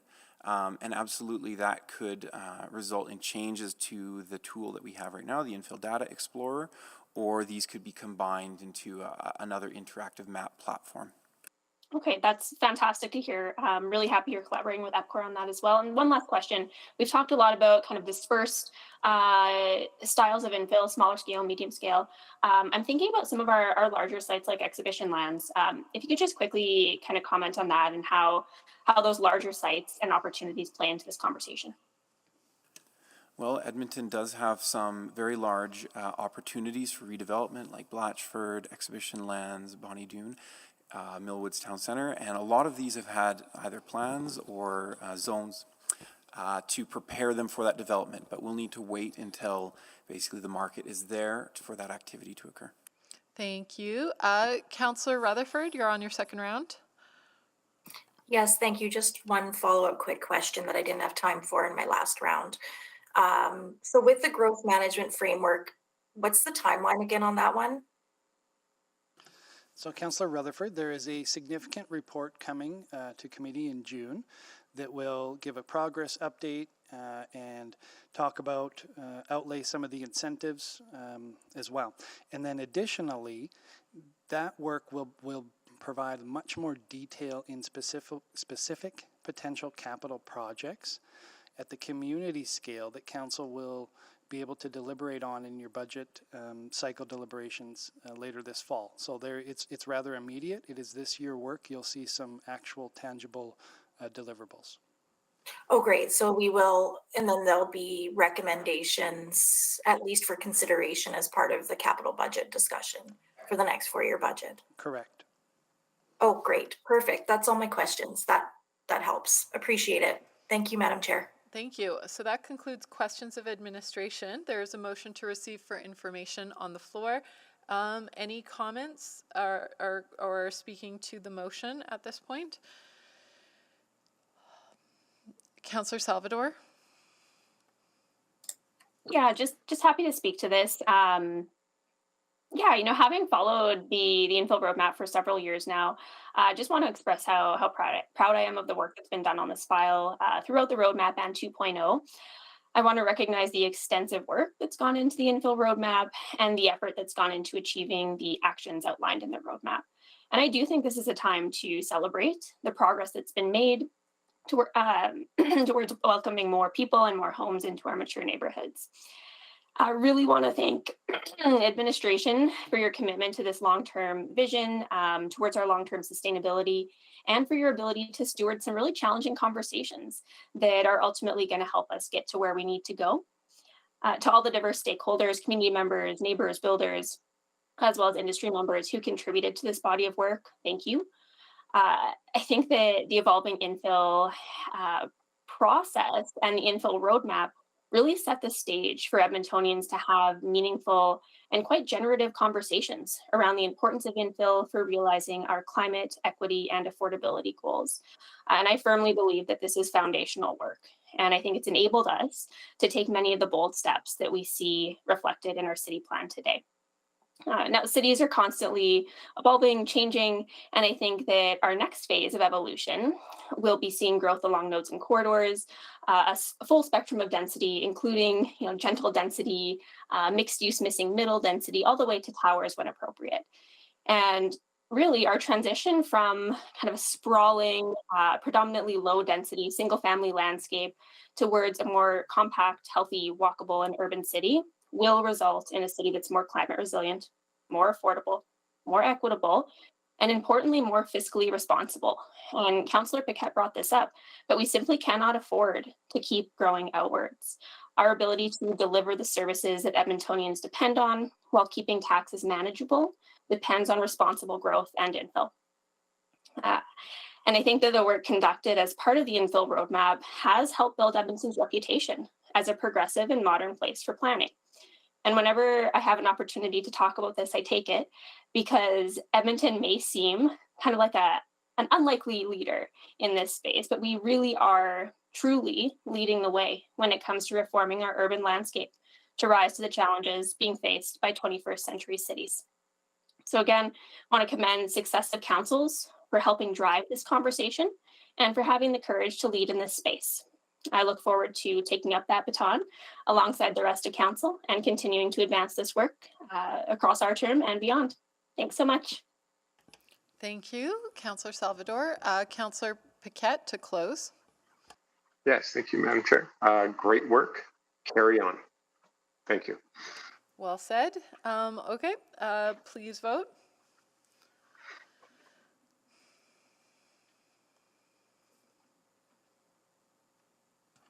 We have all the votes. Please display. And that is carried. Thank you very much. As we bring down the delegation for item 6.2, I understand 2 of the 3 speakers have flipped to questions only. Councillor Salvador, you selected this. Well, I guess we still have a speaker on it, so we'll get a presentation.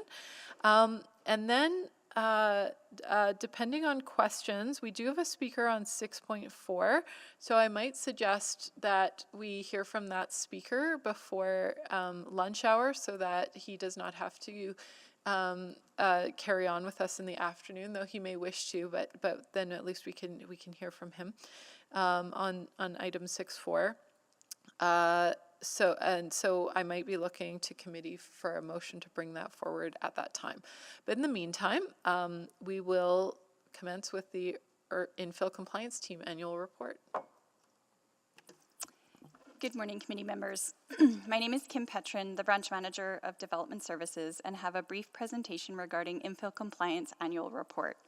With me today is Chad Rich, Acting Director, Safety Codes Compliance and Inspections, Lila Peter, Director, Development Approvals and Inspections, along with Kevin Tamalti, Operational Coordinator, Peace Officer Section from Citizen Services. Next slide, please. Through the vision of City Plan, we are planning for a community of 2 million people in the same geographic space as today. This doubling of population necessitates increased housing choice for a variety of lifestyles, life choices, and income levels in older neighborhoods. The City Plan has established a new long-term goal of 50% of new homes to be infill units.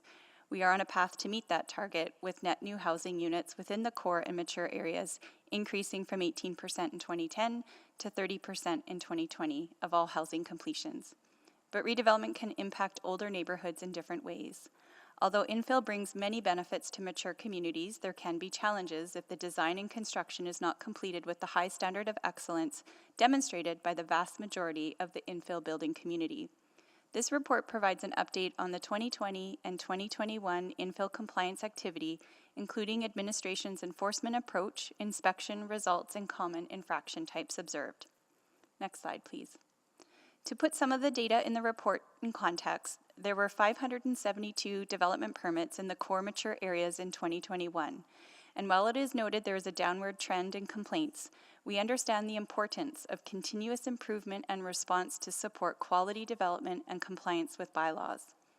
Our focus for engagement in 2022 with community stakeholders and the development industry will be related to exploring tools and approaches on how to ensure accountability related to private and private to public issues throughout the construction process.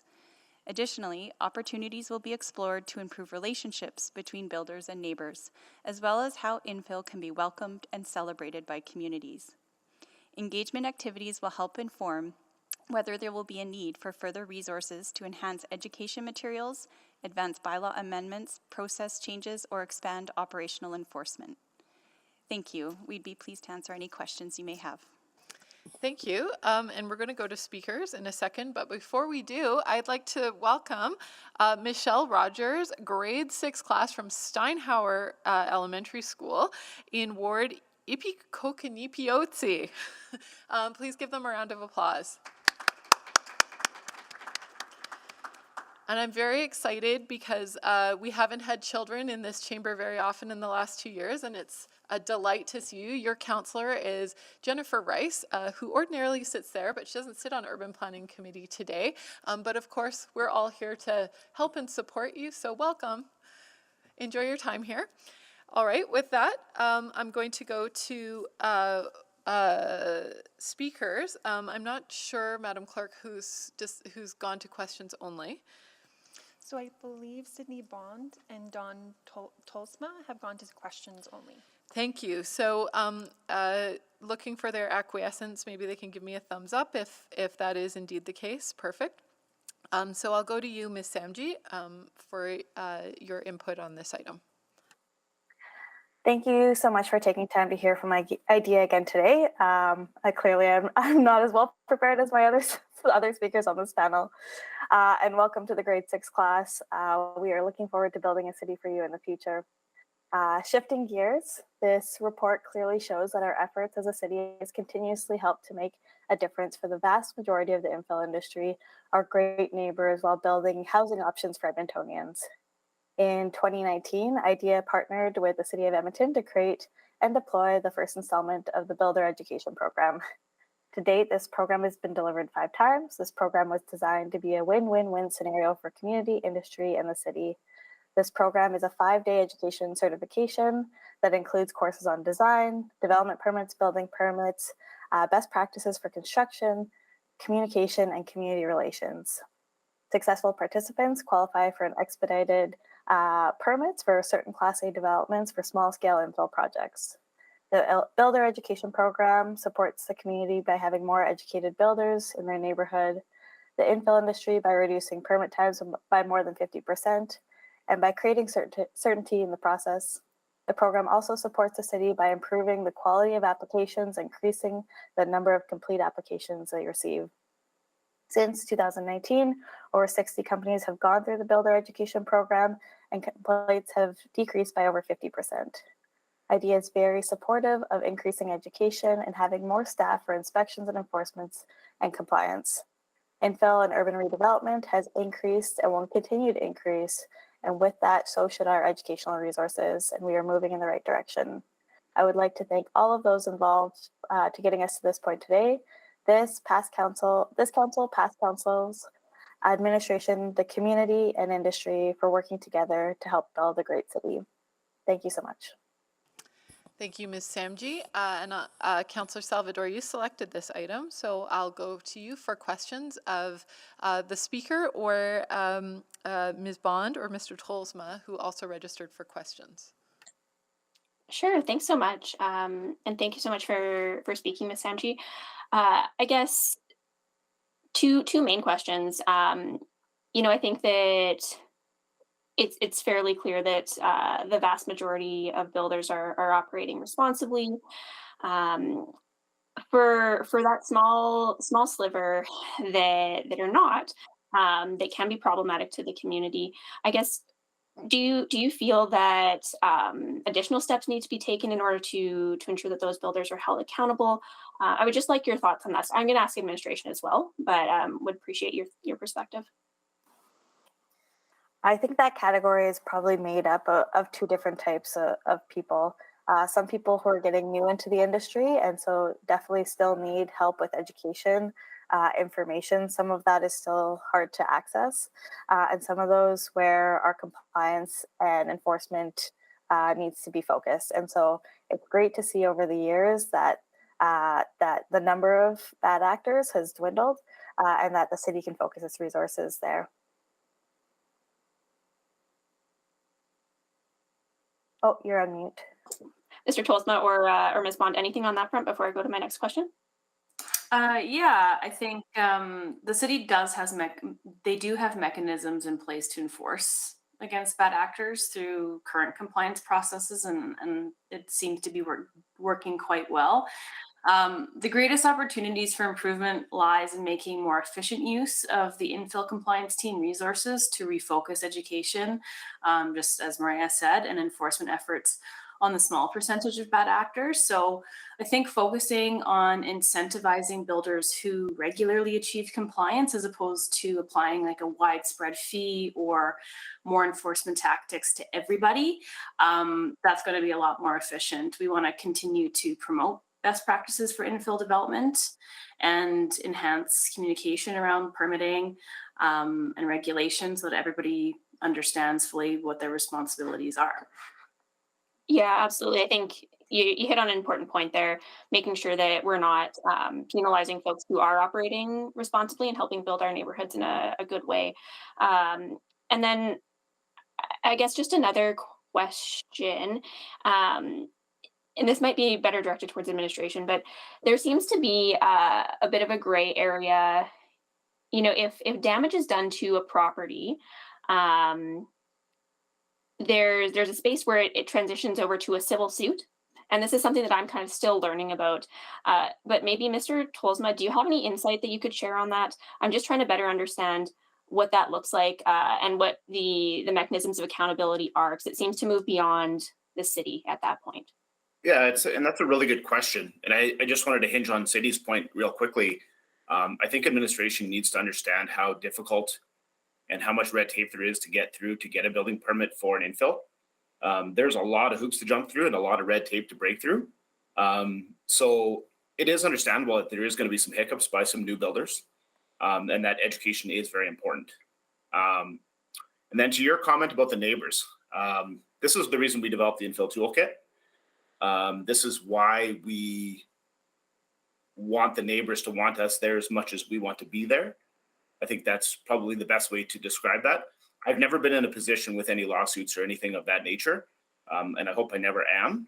But obviously, we have liability coverage and we have insurance for that purpose. And like I mentioned in my speech this morning, we offer to replace sidewalks. We offer to make sure that we check people's houses before we go in and create an impact on their lifestyle. It is very important. It is important to have those conversations weeks, if not months, before you start building those infill projects. And some of those infill projects, I mean, mine are smaller. I think Sydney's are a little bit, Sydney did a fourplex she was mentioning earlier, but you start getting into those bigger, townhome projects and row houses, you can have a huge impact on the neighbors, and you have to do your due diligence ahead of time. So, and if you're not insured, then you're going to have a big problem, in my opinion. But it goes back to the same thing, how important and how impactful the going through the permit process is to get to that point, right? And it's, that's why there's not as many infill builders, is because it's not that easy. Right. Okay. Well, I really appreciate your thoughts on that, and I'm gonna follow up with administration as well. So I really appreciate you all being here today. Thank you. Thank you. And I believe there are no other questions for the speaker, so thank you for sticking around for a little bit to answer questions. We'll now go to questions of administration. Councillor Salvador, you had selected this item. Please go ahead. Thank you. Yeah, so I'll just pick up right where I left off there, recognizing that, in cases where damage has happened to a neighboring property, that's, to my understanding, deferred to needing a civil suit. I guess I can't help but sense there might be a bit of an equity issue there for folks who might not be able to afford legal counsel for long periods. You're kind of left on your own. I recognize that's a small sliver when we're talking about the number of infill projects we see in our city. But is there any work being done in that space, or does that really move beyond the city's purview? Councillor Salvador, I think, there's a number of approaches that we currently do in terms of being proactive with development permit inspections, and then there's the reactive when we hear complaints. And I think that combination of regulation, the builder community outreach, and compliance, taking an approach to respond in an appropriate way depending on what the concern is. But the work of 2022 is really focused on a conversation with community and industry on what tools and approaches can we use or do to ensure greater accountability and improve those working relationships between communities and industry as well. Okay, that's great. Yeah, happy to hear that that's the focus for 2022. And just to, I guess, drill into that a little bit, we heard from some of the speakers how important it is that we're making efficient use of our enforcement resources to actually target the problematic builders in our neighborhoods, as opposed to just applying kind of a blanket approach, while still, of course, maintaining that accountability across the board. Can you speak to how we're doing that? Every complaint that we received is considered and prioritized based on what the complaint is about, and so safety is of utmost importance, and that would be one we attend to as a priority. I would look to maybe Ms. Peter or Mr. Rich if there's anything further you wanted to add on that. I think just adding to exactly what you've said, we definitely take different approaches depending on the situation. But we do use all the tools and opportunities within our toolkit. So we will enforce where necessary. And we also want to take that educational approach. I think over the past year or two, we've definitely started more down on the enforcement line where we felt it was necessary. And so where we're seeing some of those higher levels of damage. Okay, great. And to my understanding, the compliance team was given some additional resources last year, I believe. So I guess looking forward, is the team adequately resourced in order to sort of manage and deal with the hopefully higher numbers of infill that we're seeing in our neighborhoods?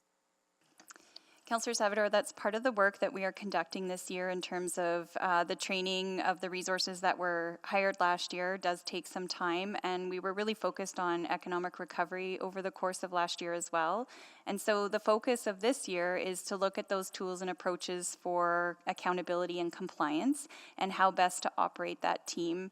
Looking at how we can also coordinate partnerships with other inspection compliance services across the corporation, with citizen services and on the development permit compliance side.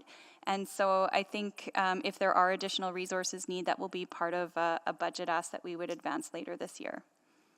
Okay, fantastic. Well, that's it for me for questions, so I will yield the rest of my time. Thank you so much.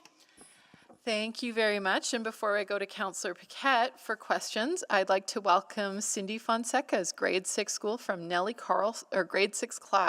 Carlson School. And I believe you're in Ward Pihesawin. So we'll give you a big clap and a wave. Nice to see you. Your city councillor is Tim Cartmel, who usually sits right here, but he's not on Urban Planning Committee today. But we're here as well to say hello. And again, I'm super excited to see people here, especially our young students. So thank you for joining us. And we're all here to help and serve you. With that, I'll go to Councillor Paquette for questions of administration. Thank you, Madam Chair. I was thinking about, oddly enough, the Brown M&M clause in Van Halen's contracts in the 80s. And a lot of people saw that as the height of excess for a rock band, just remove all the brown M&Ms. But I'm just wondering, and maybe I shouldn't even ask this, but does anyone know why they had that clause? Okay, I'll fill you in. Their concept was that if they went to a stadium and there were brown M&Ms, that was an indication to them that maybe not all the protocols that were required for the safety of their show had been followed, because there wasn't that attention to detail. So we've heard, about red tape and things like that, but there's a reason for these things, is there not? Absolutely. Yeah. So, and just to make it clear and on the record, this is not intended to be onerous or to create roadblocks. This is for the protection of the community and to ensure that infill actually is successful, because we don't want to lose the success of infill through the brown M&M effect, do we? I would agree, Councillor Paquette. Change is hard. Redevelopment impacts communities in different ways. It happens incrementally and over time. However, we recognize the importance of being proactive to build trust with Edmontonians so that infill can be welcomed and celebrated in our communities. Yeah, and that doesn't mean that we don't constantly review what is required and what may not be required and adjust as time goes on. Is that right? That's correct. Yeah, okay. I just wanted to make sure that that was on the record because, you know, we hear a lot about red tape, but sometimes you need a little bit of tape to hold things together. So thank you very much. Thank you, Madam Chair. Thank you. Councillor Stevenson. Yes, thank you. And very few questions, mainly because it's such a great report and such a great news story. Again, as a councillor who's in a high infill area, I hear very seldomly about construction impacts. So just really want to applaud the team. I know it's been years worth of work, but the results are really showing, and it's fantastic, and very happy to see that momentum continuing. Very glad to hear that focus of 2022 is the tools and approaches to improve accountability between community and industry. I'm just wondering too if there is maybe some consideration too about just different categories of risk, construction risk. So I'm just thinking of some more complex construction projects that are maybe on a commercial street between two existing zero lot line buildings. Just wondering if that's part of the thinking in terms of maybe again, to avoid a really heavy hammer on enforcement or dealing with the situation, but looking to sort of stratify and identify where the biggest risks may be. I think that's always something we have to take under consideration, and particularly when it comes to compliance and enforcement, where you have to continue to prioritize those complaints that are coming in. So if we have, for example, an open excavation site that doesn't have a site safety fence or a fence securing the site, that's a priority for us to attend that site immediately, as opposed to maybe a complaint related to maybe garbage or some trash type of issues that might be happening on the property. Right, and sorry, maybe just to clarify too, I guess I mean not just the conditions of the site, but the like before construction would even start, during the permitting process, looking at the context, looking at the proposed project to say, hey, this is a bit more complex, this has greater risk for damage to adjacent properties. We're going to follow this set of criteria and checklists to sort of proactively mitigate any potential risks that come up. I'm going to pass it to Mr. Rich to speak to that. Thank you, Councillor Stevenson. It's a great question, and I think it's a reality of kind of market trends that we're seeing right now and the uniqueness of construction. Typical form has changed, and the market's looking for different items, which means projects become more complex. And in that complexity, it's evaluation that we need to look at as well in the early stages, so the proactive side of that for permit issuance.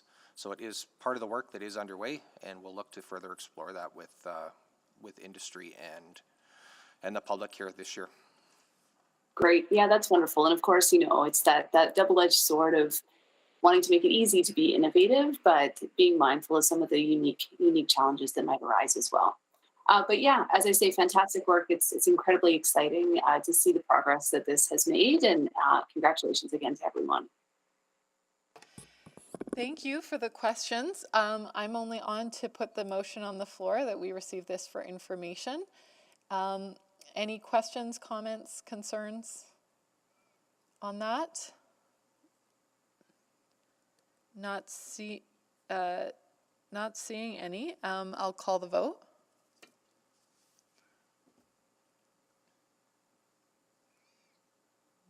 Thank you. We have all the votes. All those, or please display the vote. Thank you.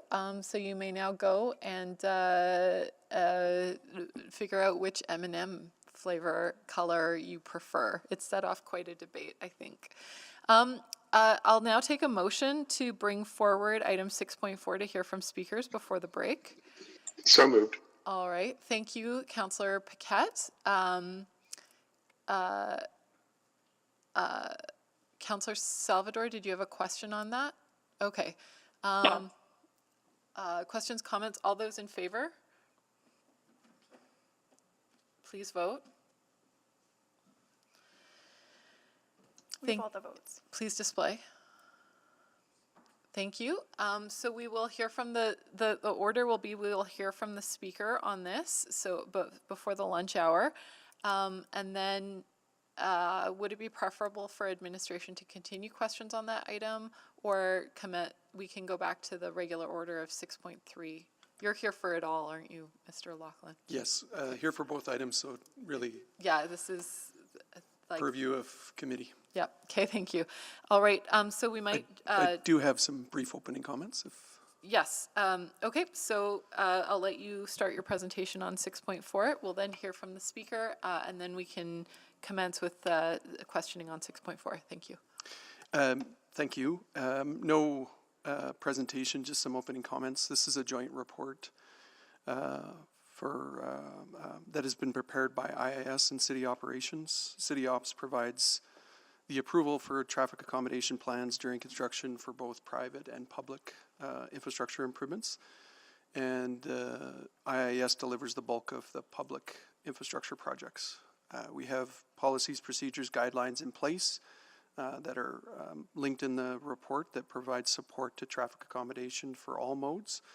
And we're working very hard to improve accommodation of active transportation during construction projects, and know that we still have some work to do, but are working to improve that in terms of holistic traffic accommodation. So prepared to answer any questions that you have following the speaker. Thank you. We'll now go to our speaker. Mr. Morin, are you on the line? Yes, I am. Excellent. And as you heard, you have 5 minutes to speak, and please stay on the line until your questions are complete of you. So you have 5 minutes. Awesome, thank you.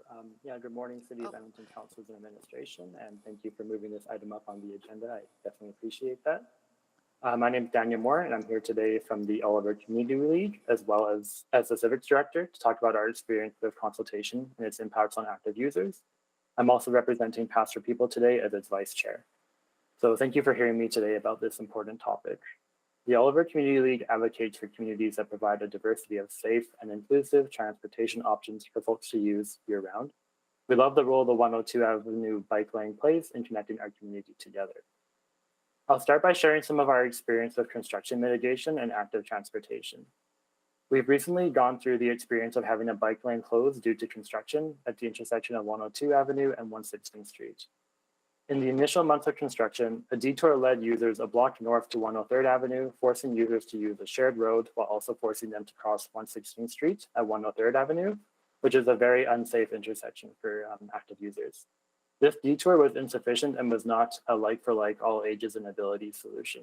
This is counter to the manual's guidance to offer a similar level of comfort, safety, and travel distance for users. Cyclists were also given the option to dismount and walk along the sidewalk. And we're of the opinion that requiring cyclists to effectively stop being a cyclist in order to navigate around a construction site is not an adequate construction mitigation effort. And sorry, just 1 second. And the reality is most people will not dismount through a construction site. Also, dismounting may act as a physical barrier for some folks who have mobility constraints or for people who use larger bikes, such as cargo bikes. Most people just biked on the sidewalk across the construction site, as the detour was unsafe and added a lot of time to people's trips. No matter what signage says or what the construction plan intends, people will navigate around construction in a way that is safest and most convenient for them. It's vital that construction mitigation plans reflect this, where they are designed for and consider how people will most likely navigate around a space. It was great to see in the end a positive outcome from the advocacy between different groups, including Bike Edmonton, the OCL, Pastor People, and Councillor Stevenson and NAC. In the end, a like-for-like detour was provided through a shared use path that directs people around the construction site in a safe and convenient way. However, getting to this solution was a long process, and people were left with an insufficient detour for months. We were told that the shared use path couldn't be implemented during the winter because of a risk of slipping due to potential icy conditions. We understand the importance of safety when planning around construction, but the reality is people will take the route that is most convenient and safe for them and how they perceive that. So it's vital that the city's construction mitigation policies ensure that the likely route that people will take is as safe and reliable as possible. Communities shouldn't have to advocate and push for stronger construction mitigation for active users. It should be done as a standard practice for all construction projects, no matter where they are located. Everyone in Edmonton deserves to move safely throughout the city and their communities. There will always be construction, but construction should not lead to less safe routes for active users as they're more adversely impacted by these construction. We want to celebrate the improvements that have been made so far over the past few years. It's been great seeing really strong construction mitigation plans across the city. One that comes to mind is the one on Jasper Avenue during the Imagine Jasper construction. However, the implementation of these measures has been inconsistent. Although there have been improvements made since 2021, we hope to see additional enhancements to the Manual of Temporary Traffic Controls pedestrian and cyclist accommodations that ensure any detour route for active users is safe, protected, and does not put people in conflict with motorists. It is important that accommodations are barrier-free and convenient for a variety of users in all parts of the city. Several of the example mitigation measures in the manual illustrate long detours around construction sites, which have a greater adverse impact on active users relative to motorists. There are also examples in the manual that indicate cyclists should dismount. Improving the safety of detours for people who walk, roll, and bike also improves the experience for everyone involved in the construction zone, from motorists to construction workers. As we move towards a more bikeable city, it's vital that we make cycling reliable, safe, and convenient in all seasons and all situations. Ensuring our construction mitigation practices reflect this as the standard is required to achieve this goal. And overall, I'm just hoping to kind of share our experience as a league and kind of how we had to be involved to try to get a preferred solution for some of these construction impacts. So that's it from me. Thank you for hearing from me today. Thank you. And I understand that Councillor Stevenson has to pop off the call shortly, so I'm looking for committee's acquiescence in perhaps letting her ask questions first of the speaker if she has any. Councillor Stevenson, do you have questions of the speaker? Just thanks to the speaker for coming, but questions for administration. Thank you. All right. Councillor Salvador, you had selected this. Did you have questions to the speaker? No, just again, thank you for coming out. My questions are for admin as well. All right. Well, thank you, Mr. Morin. And I'll go now to questions of administration. I know Councillor Stevenson, you had to go, so perhaps we can get your questions off first. Councillor Stevenson. That's very kind. Thanks to the committee for allowing me to go first. Yeah, so again, I am so grateful for the work that the city staff did around the 102nd Ave bike lane. Really appreciated, the final outcome, but also the process in terms of being very open to hearing from council and our feedback on that. And very happy with the outcome. I have constituents sending me texts with pictures of the path and just how excited they are for that. So really thank you for that. But as Mr. Morin alluded to, I think we'd like to get to a point where that outcome would have happened as a matter of course and without the requirement for advocacy from the community or from councillors as well. So just wondering if admin could speak to what barriers there are to that being sort of the response, and if there are refinements that may be needed in the policy document to lead to those outcomes. Councillor Stevenson, Jessica Lamar here from City Operations. I think it was an interesting process for us all to go through, and certainly we learned some new things along the way. One of the things we learned was around using environmental fabric underneath temporary asphalt to help expand a space. One thing I think that's really important to note on this particular project is that we didn't understand the full footprint of this long-term, large-scale construction project. And so certainly it's not that the team didn't want to make that a shared use path for folks to move through, but that we needed to help EPCOR get established, understand the space, and then go from there. And so that it's a shared goal, I think, to help create those safe paths that don't detour people. But unfortunately, we need to work with a project through the steps and get there together. Now that we've gone through this one and explored that particular application, I think we'll be able to use it in more spaces more proactively. Great.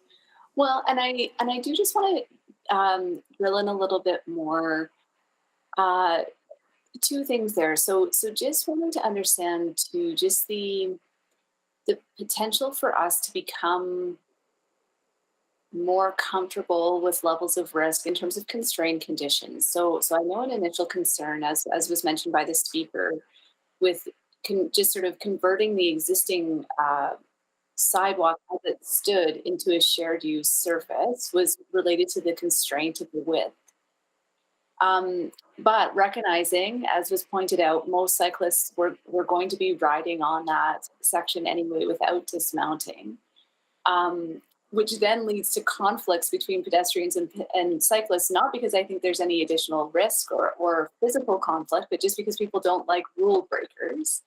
So again, just wondering if there's a way we can move forward to be more comfortable with some of those constrained conditions and thinking a bit more from that. What's the likely behavior that's going to happen anyways, and how do we acknowledge that and accommodate it in a really rational and simple way? It's certainly a consideration that was undertaken in this particular project and in other spaces as well. There's lots of factors that play in that, and one of them is the engineering guidance around the width of space for something designated in multi-mode shared use. So that is an important safety factor that we take into account, and we ask all road users of different modes to help us follow those rules of the road so that we're not putting each other at risk in those spaces. Especially with a constrained construction environment, it's particularly important. Well, and again, and I think that's just where I struggle, because I think that there's sort of the ideal width, and then there's sort of what people can work with in reality. And I think we all know that it's very natural for people to simply step off the sidewalk, for example, if a cyclist is coming, or for a cyclist to slow down and move onto the grass. So again, I mean, I think that's just sort of the openness or the flexibility that I might be looking for moving forward, and wondering what would need to happen to get there. So Mr. Sebrick might want to chime in on this as well, but certainly from the public infrastructure perspective, we're regularly evaluating that. And the speaker mentioned some of the changes that we've made recently. Imagine Jasper. There are some other projects where we took a bit more non-traditional design standard approach related to accommodation. So I think it's continuing to push in that regard. Part of it is overcoming what I would say are historically years of typical traffic accommodation, which is focused on auto. And Ms. Lamar referred to engineering. When we undertake any of these efforts, we absolutely need to go through the engineering efforts, and that's where we need to engage with our industry partners the comfort level with that risk, because ultimately they or we are stamping an engineering drawing that identifies that this is the configuration, and understanding fully the risks associated with assuming that infrastructure improvement. Thank you. Councillor Stevenson. Councillor Salvador. Yeah, thanks so much. So I don't have too many questions. Just, I want to start by acknowledging the good work that's been done in this space. And I think there's a number of really important success stories for us to point to. I guess one of the things that the speaker brought up was, the importance of having barrier-free detours that are actually intuitive and comfortable for folks. So when it comes to the actual manual of temporary traffic controls, how are we embedding continual improvement into that? I think by its nature, a manual is to help us start a conversation. And so every construction project, every permit that we're looking at to provide detour support, et cetera, around one of those projects is unique. And so folks in the team take a look at each one of those, and they work through a hierarchy of modes to help prioritize safely and conveniently moving through that space, starting with pedestrians at the top, moving to cyclists, to transit, and vehicles further down the list. So by following the guidance that's put together in something like a manual, and then working in a unique way through each situation, we try to find the best fit solution for every project. And Counselor, if I could just add, the manual itself, we do review on a regular basis, and it is updated as we learn different aspects of traffic control. And so the things that we've learned from this particular one would certainly be something we would include in the next update of the manual. Okay, that's fantastic. Just wanted sort of that reassurance that it's of course not a static tool that we have. It does evolve, and learnings are kind of embedded in that as we go. In addition to having the flexibility to use the manual as a starting point with attention paid to specific unique circumstances. So yeah, I think that's just what I wanted some clarity on. I will yield the rest of my time. Thank you. Thank you, Councillor Salvador. Councillor Knack? Thank you, Madam Chair. A few more questions, and I don't want to dwell too much on any one specific project, but it will help inform the larger conversation here. So I think about the 102nd Ave piece that we had already talked about, and I remember one of the first emails that we received back on March 11th was the result of a meeting that I believe the Oliver Community League and Bike Edmonton had with EPCOR around that project. And in it, they had taken notes and specifically it had been said that EPCOR had wanted to do something more in that location, but it was actually that the city who said no because of concerns related to safety. And so that might not have been accurate because the city wasn't in on that meeting, which is a separate conversation about how we're making sure we're engaging. But the fact that that message is still getting out is I think, the bigger concern that I have, and just wanting to share that feedback, but then see if there's a way, or if you have any thoughts around how we try to tackle that. So that let's assume that was incorrect information shared at that meeting, that in fact the city didn't say no, because we have these guidelines. How are we trying to make sure we're working with our partners to clearly communicate our standard, our goal is to accommodate?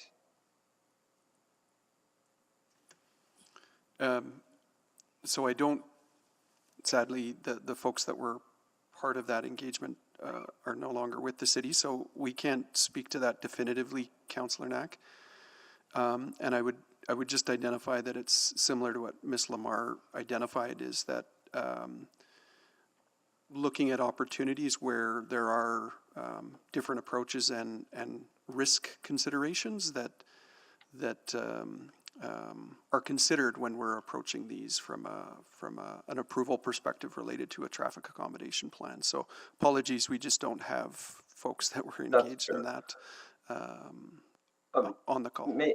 Maybe, and I'll give another specific example, and it was an example of maybe I spoke too soon at a meeting we had, I think, just a week ago around LRT updates. So, for example, there is a crosswalk immediately adjacent to the Jasper Place Library, just a few feet away from a bus stop. Now there is LRT construction going on right now, and that crosswalk had been maintained until just about 2 days ago. Now that crosswalk is actually closed, yet the service road is still open up until that point. So this is an example again where I was a little surprised, because if you're somebody who's been taking the bus or looking to navigate, that's a fairly common crossing point that seemingly doesn't need to actually be closed right now because the service road is still open. And is again an example of where it feels like at times that the active transportation options can still be a bit of an afterthought. And so I guess maybe the broader question is, I appreciate we have guidelines and we have amazing folks, and I don't want to sound unappreciative of the work that has been done even on something like 102nd Ave, but similarly to Councillor Stevenson, it often feels like we're reacting. And I'm just wondering if there needs to be, I know we have folks who work with the city that are active transportation users. How do we make sure that those folks are the ones that are able to view these things right at the beginning to say, here's something we need to be aware of. Here's something we might not think of because somebody else is driving and doesn't have that lens to approach something with. Gord, do you want to weigh in on that?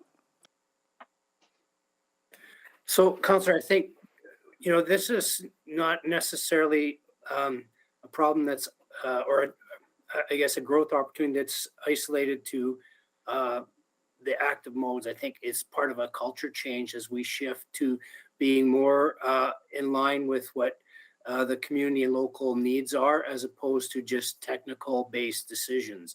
And we have been moving in that direction, but certainly the points that you made in terms of having people with specific experience or knowledge in a particular area, and in this case, active modes, would definitely help, in these types of situations. And I think as an organization, that's the direction we're trying to move on many different avenues, is ensuring that the people that are working with the stakeholder groups, the users, have a better connection to those, to those areas. So I think the first thing is that we are aware of that, and that we are bringing it to the forefront. And certainly as we evolve as an organization, the people that do this work will become more educated, but also, as we bring people into these roles, that is a consideration that they have, that insight in that particular area. I'm out of time. I'll have one more question. Thank you. Thank you. I will, on the Valley Line West, I will work with our team to follow up on that, Councillor Knack, that specific one that you raised. Thank you, Councillor Knack. I'm up next, and I didn't have questions. I just wanted to put the motion on the floor. I believe it is received for information, because no one has put a motion on the floor yet, so I'm going to start there. If there's additional work that needs to be done, we can iterate that out, but we want to get this moving. I'll go next to Councillor Wright. Hi, thank you very much. I just had a concern raised by a constituent in regards to, I guess, sort of accountability for all the programs and policies. They did have concerns, or they noted concerns, called 311, and 311 told them to contact the contractor. So I'm just wondering sort of what mechanisms are in place for constituents or for Edmontonians to, I guess, follow up and voice their concerns? And then what sort of follow-up is done after they voice their concerns? Well, there's two parts to this, Councillor Wright. So for the city infrastructure projects, if there's a gap there, it should go directly to one of our project managers or city project managers. Those are all identified on buildingedmonton.ca, and our project managers will resolve that issue. When it comes to private development, traffic accommodation, either Mr. Sebrick or Ms. Lamar, maybe in terms of communication, how that's handled, maybe they want to weigh in on that.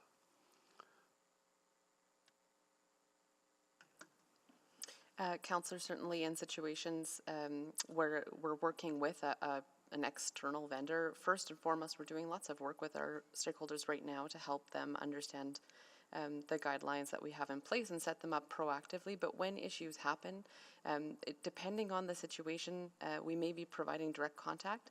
There are also situations where the team in city operations would make that contact with the contractor itself. I think it's hard to say across the board, it's situational. So 311 is likely trying to provide the best and most direct contact to the citizen.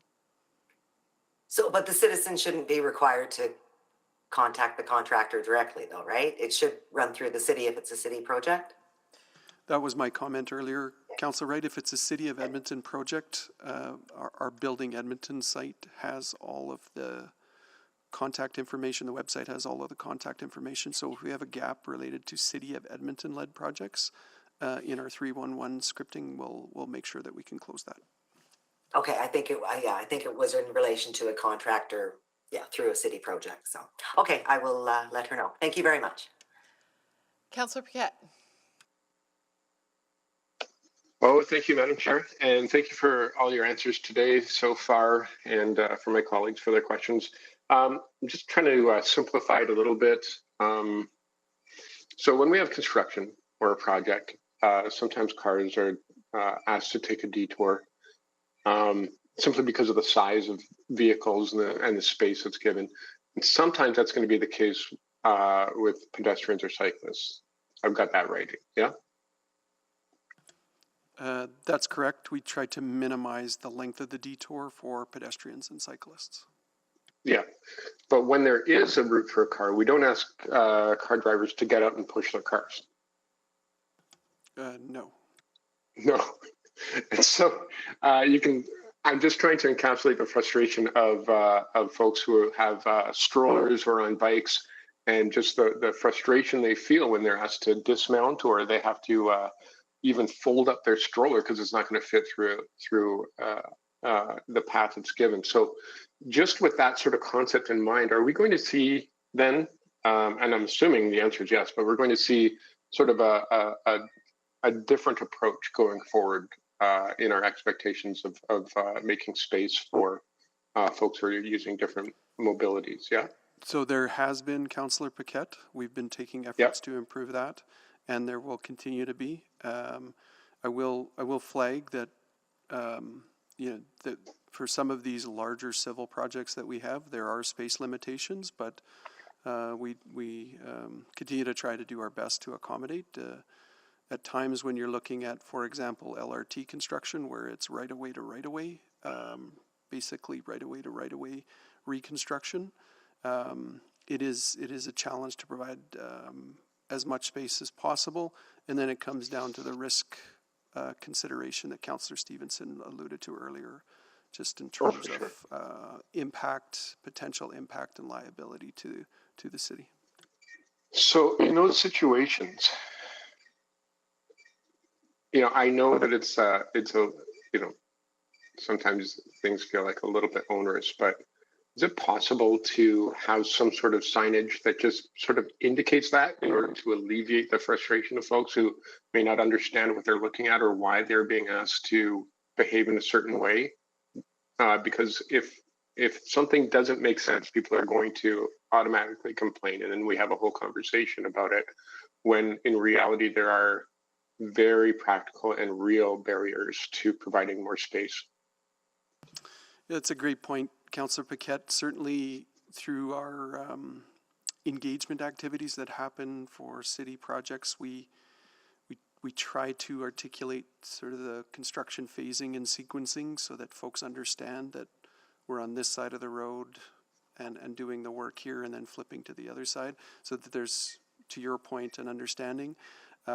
We have been making efforts to improve our wayfinding as well, to ensure that folks, as they're approaching construction sites, can understand that it's not just at this location, but there are other locations that are part of the construction zone.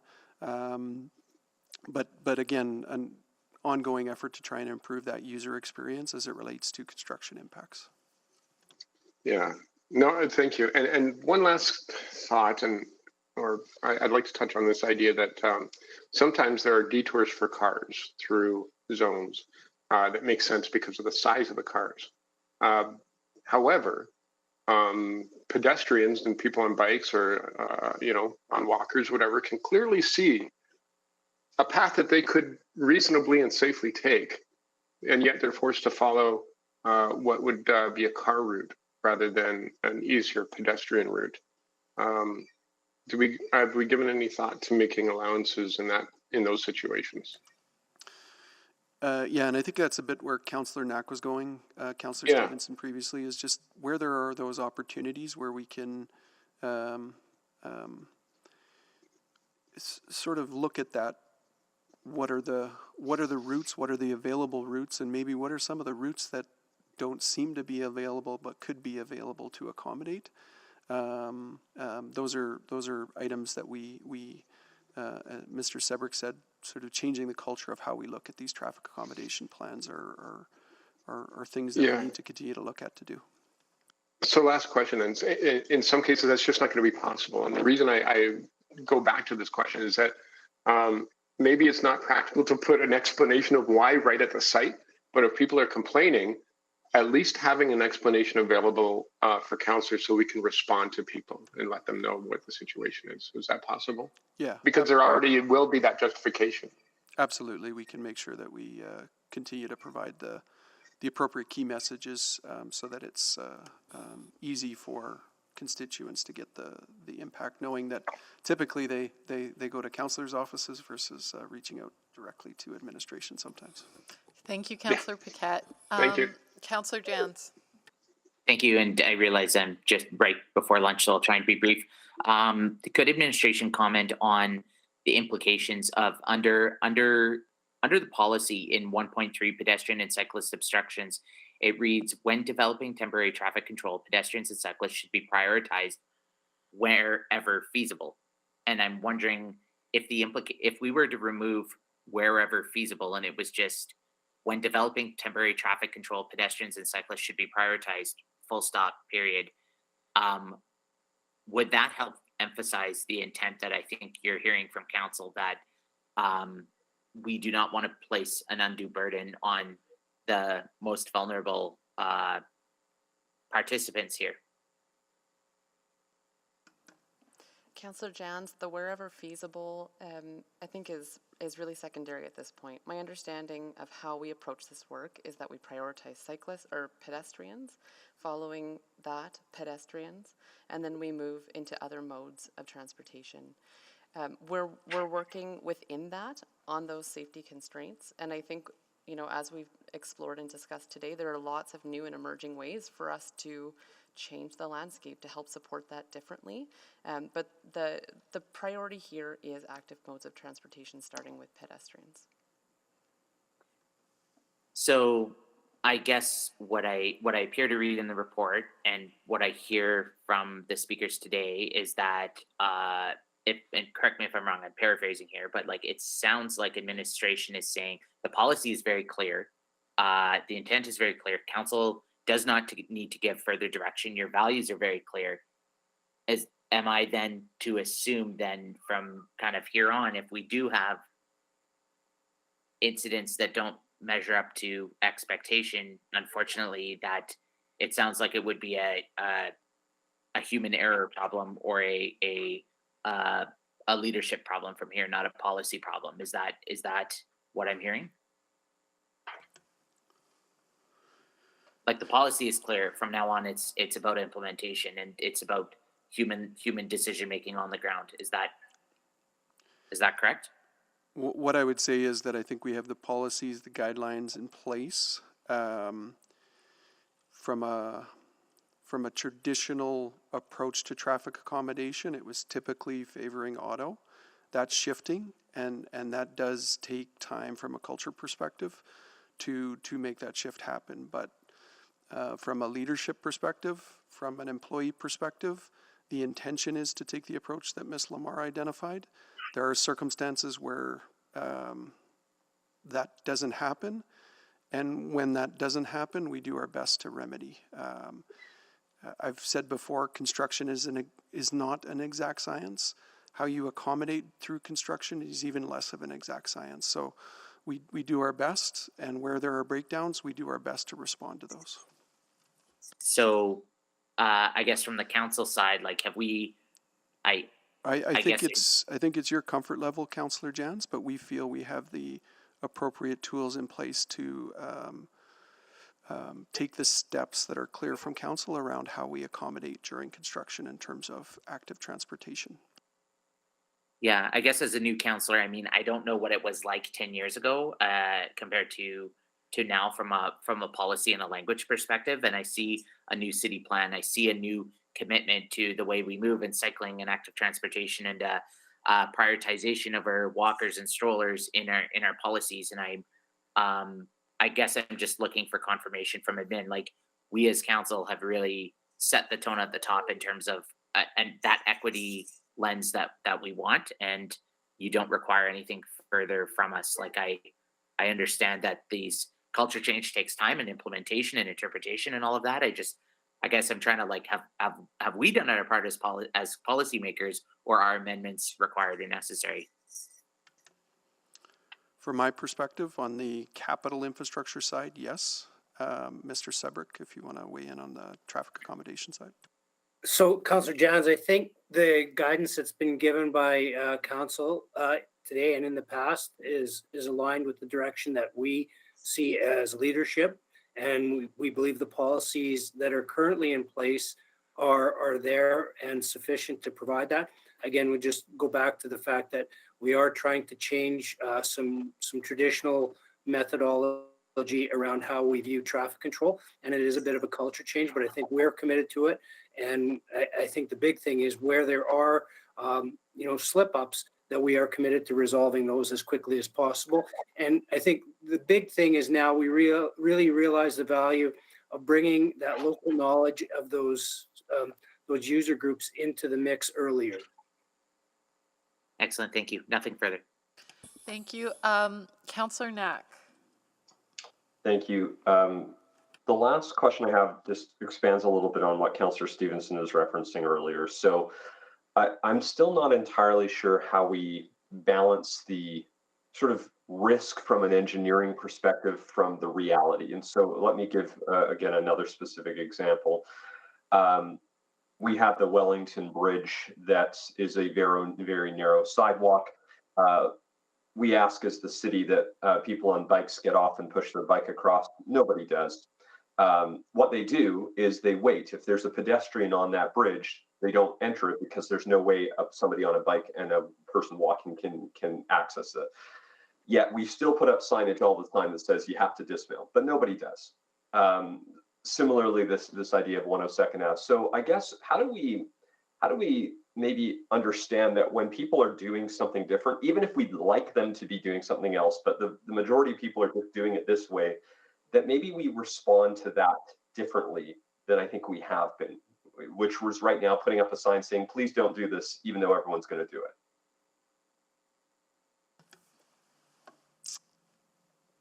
I think it's finding the balance, Councillor Knack, and understanding the risks and liabilities associated with a behavior and figuring out the right approach to take in terms of how you accommodate that. So to your point, your specific example on Wellington Bridge, one of the things that we may want to look at is, and certainly Gord and Jessica, if you want to weigh in on this, but we want to sign this differently in terms of wait for pedestrians, yield to pedestrians, because that's the activity. We would just have to assess what's the risk and liability of endorsing that behavior as it relates to not only that location but other locations and the inconsistency that could be created.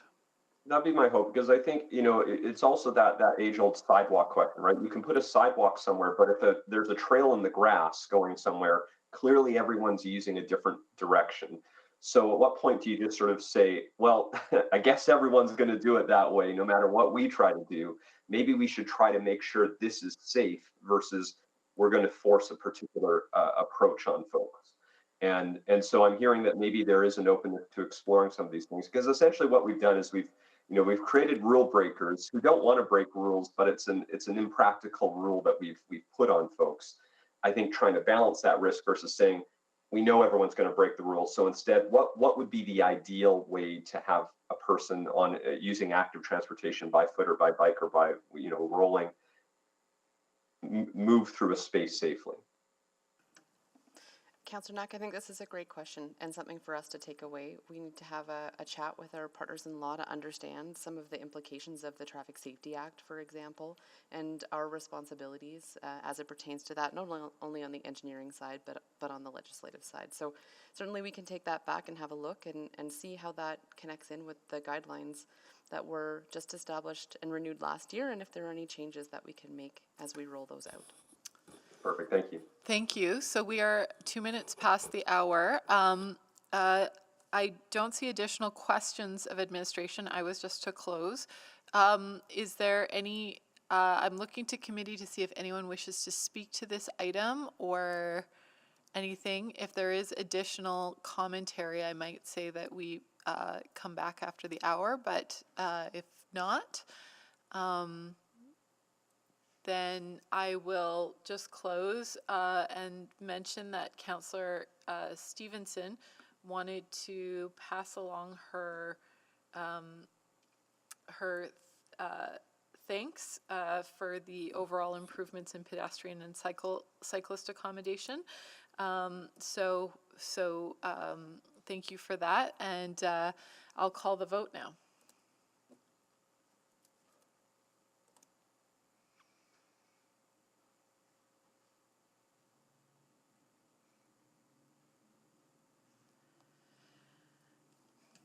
We have all the votes. Please display. That is carried. And so we are now in recess until 1:30, at which time we will resume with item 6.3. Thank you.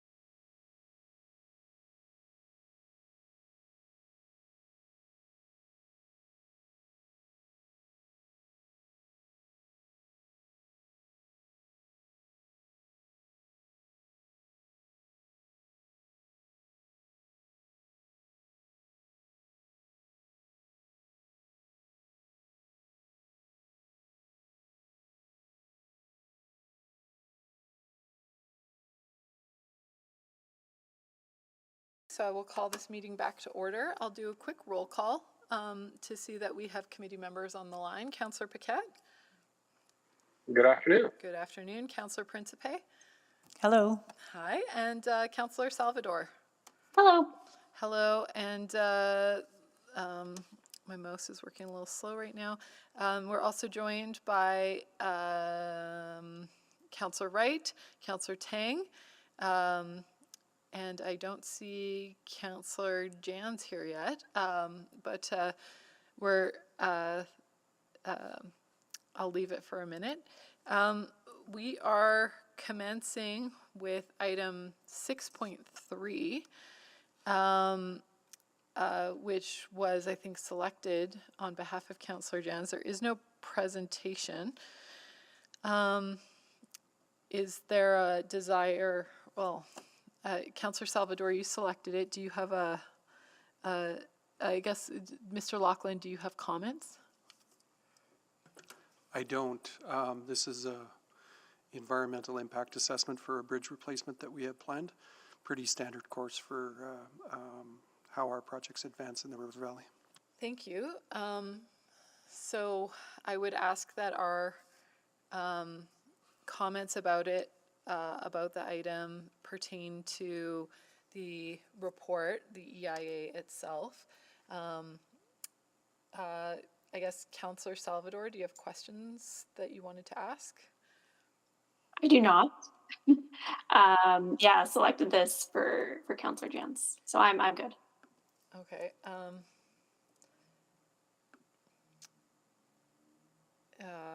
All right.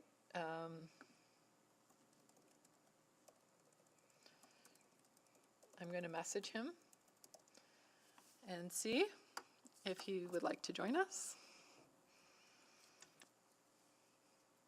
There we go.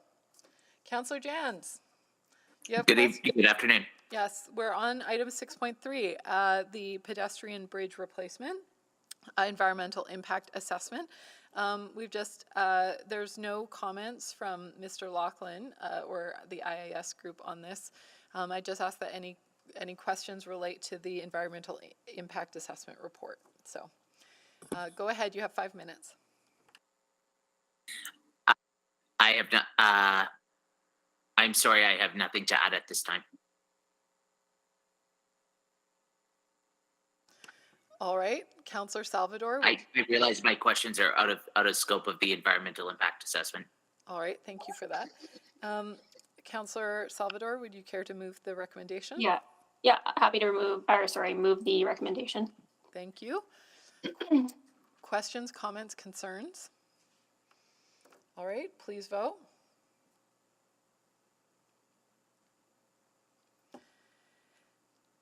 And give all the votes. Display the vote. That is carried. All right, we're on item 7.1, licenses for rental providers. There isn't a presentation. This was an inquiry from Councillor Jans. And the motion on the, there's no motion suggested. It's received for information. So I'll go to you, Councillor Jans, for questions on the inquiry. Thank you for this. I appreciate the administration flagging this. I was wondering if they could comment on why the Landlord Tenant Advisory Board was disbanded. I believe that predates me, but it was done fairly recently.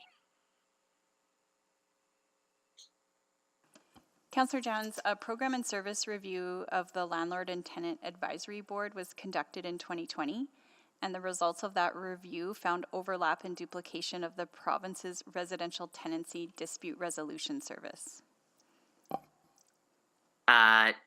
So I've heard from a lot of Edmontonians that it has been frustrating, and it's been one avenue where there's though there may have been or appeared to be some duplication in scope.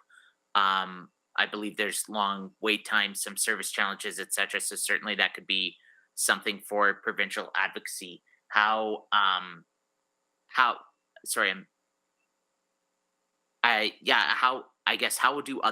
do other jurisdictions help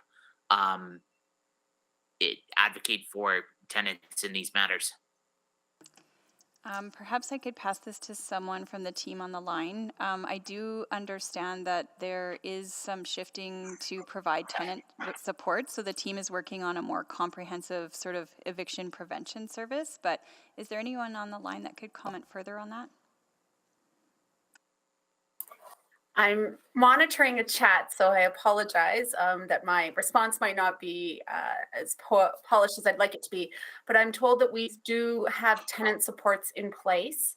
And if we could get an invite out to Crystal Congener, she could speak to it. She's just not on the line at the moment to clerk, so I don't know if we can get an invite out, but she'd be able to answer that question. Maybe another question here is around health inspection. So if I recall, if there is a health inspector, they can come and issue a warning, but there's no record of the warnings. There's only records of condemn when a building is either condemned or there's a third measure. I forget what it's called. If I'm to read the report, it says this is a provincial responsibility, but there's is there any other role that the city could play in this mix? Councillor Jens, certainly, with the various acts and bylaws that we have as a municipality, we can support any actions as it relates to health, or not the health part, but the safety part, so building code aspect. We can also leverage our development compliance as relating to the type of uses. But we work quite closely with Alberta Health Services in the examples that we had previously discussed through problem properties. So that's another sort of integrated team approach that we can use to inspect properties. And as I read the report, I realize it's very preliminary at this time, but it to me, it basically leaves us with a lot of this is in the hands of the province. B, this wasn't really in our work plan for this year, so we don't have a plan. So at this time, so C, if you want us to develop a plan and move forward for action in this area to protect renters and to expand tools, we essentially need a service package. Am I correct in my understanding there?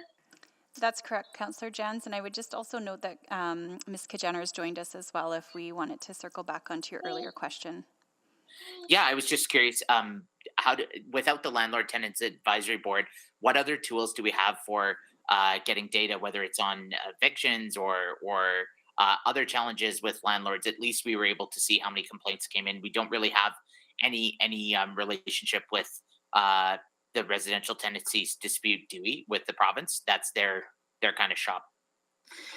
Thanks for the question, Councillor Jans. First of all, I just wanted to clarify to say that we have evolved the mandate of the former landlord tenant and tenant LTAB, and but it still exists, and so the tenant support service still exists. We still receive phone calls and emails from people seeking or renters seeking guidance. But what changed is in the last couple of years is we evolved the service to focus more on supporting renters and less on supporting landlords, if that makes sense. So previously it was more of a neutral body that worked with both parties, and now it still provides advice, but it focuses on renters rather than both elements of that. So it still exists, and what we're working on in the Affordable Housing and Homelessness team is seeing how we can continue that evolution into building out more of an eviction prevention, homelessness prevention service, and we are preparing a service package around that or related to that. We're working on scoping something like that within our internal budget process currently. Thank you. Thank you, Councillor Jans. Councillor Paquette. Yes, thank you, Madam Chair. Move receipt of information. Thank you. If that's required, is it required? It can be. So we have receipt of information on the floor. Councillor, did you have any additional questions, Councillor Paquette? No, I'm pretty familiar with this file. Thanks. Okay, thanks. Councillor Salvador. Yeah, thank you, Madam Chair. And just, I guess, process-wise, I think there may be a desire to have some further conversation here. and wondering what a requisition would look like up to council now that this is on the floor. I'm just going to look at the clerks and say, if it does, would a requisition trump a motion on the floor? Yes. Okay, so if there is a desire, I think Councillor Paquette, if I'm assuming intention is to sort of keep the process moving. If there is a desire for Councillor Jans to make a motion at council, it could be requisitioned up to council regardless of whether the motion is on the floor, but it would come with, so what the report would say is this was requisitioned with this motion on the floor.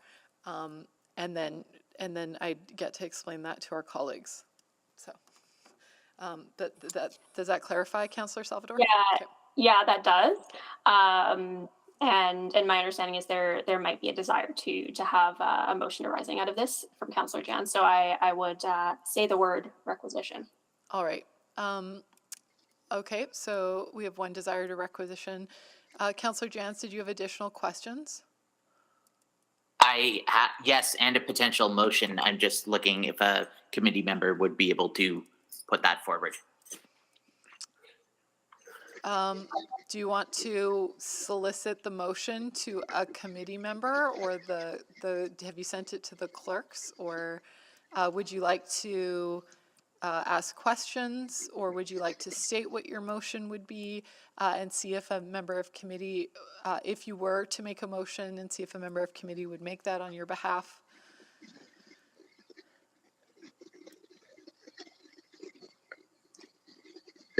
Madam Chair, just for the sake of a little bit of a smoother process, I'll add my voice to requisition, and that way things can be handled in the appropriate fashion.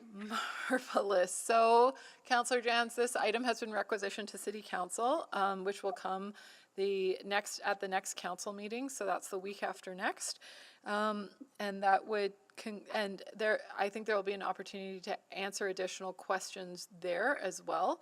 And that concludes our agenda for today.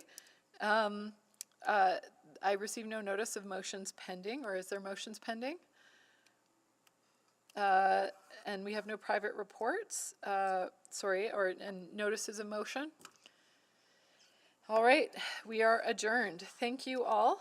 Have a great day.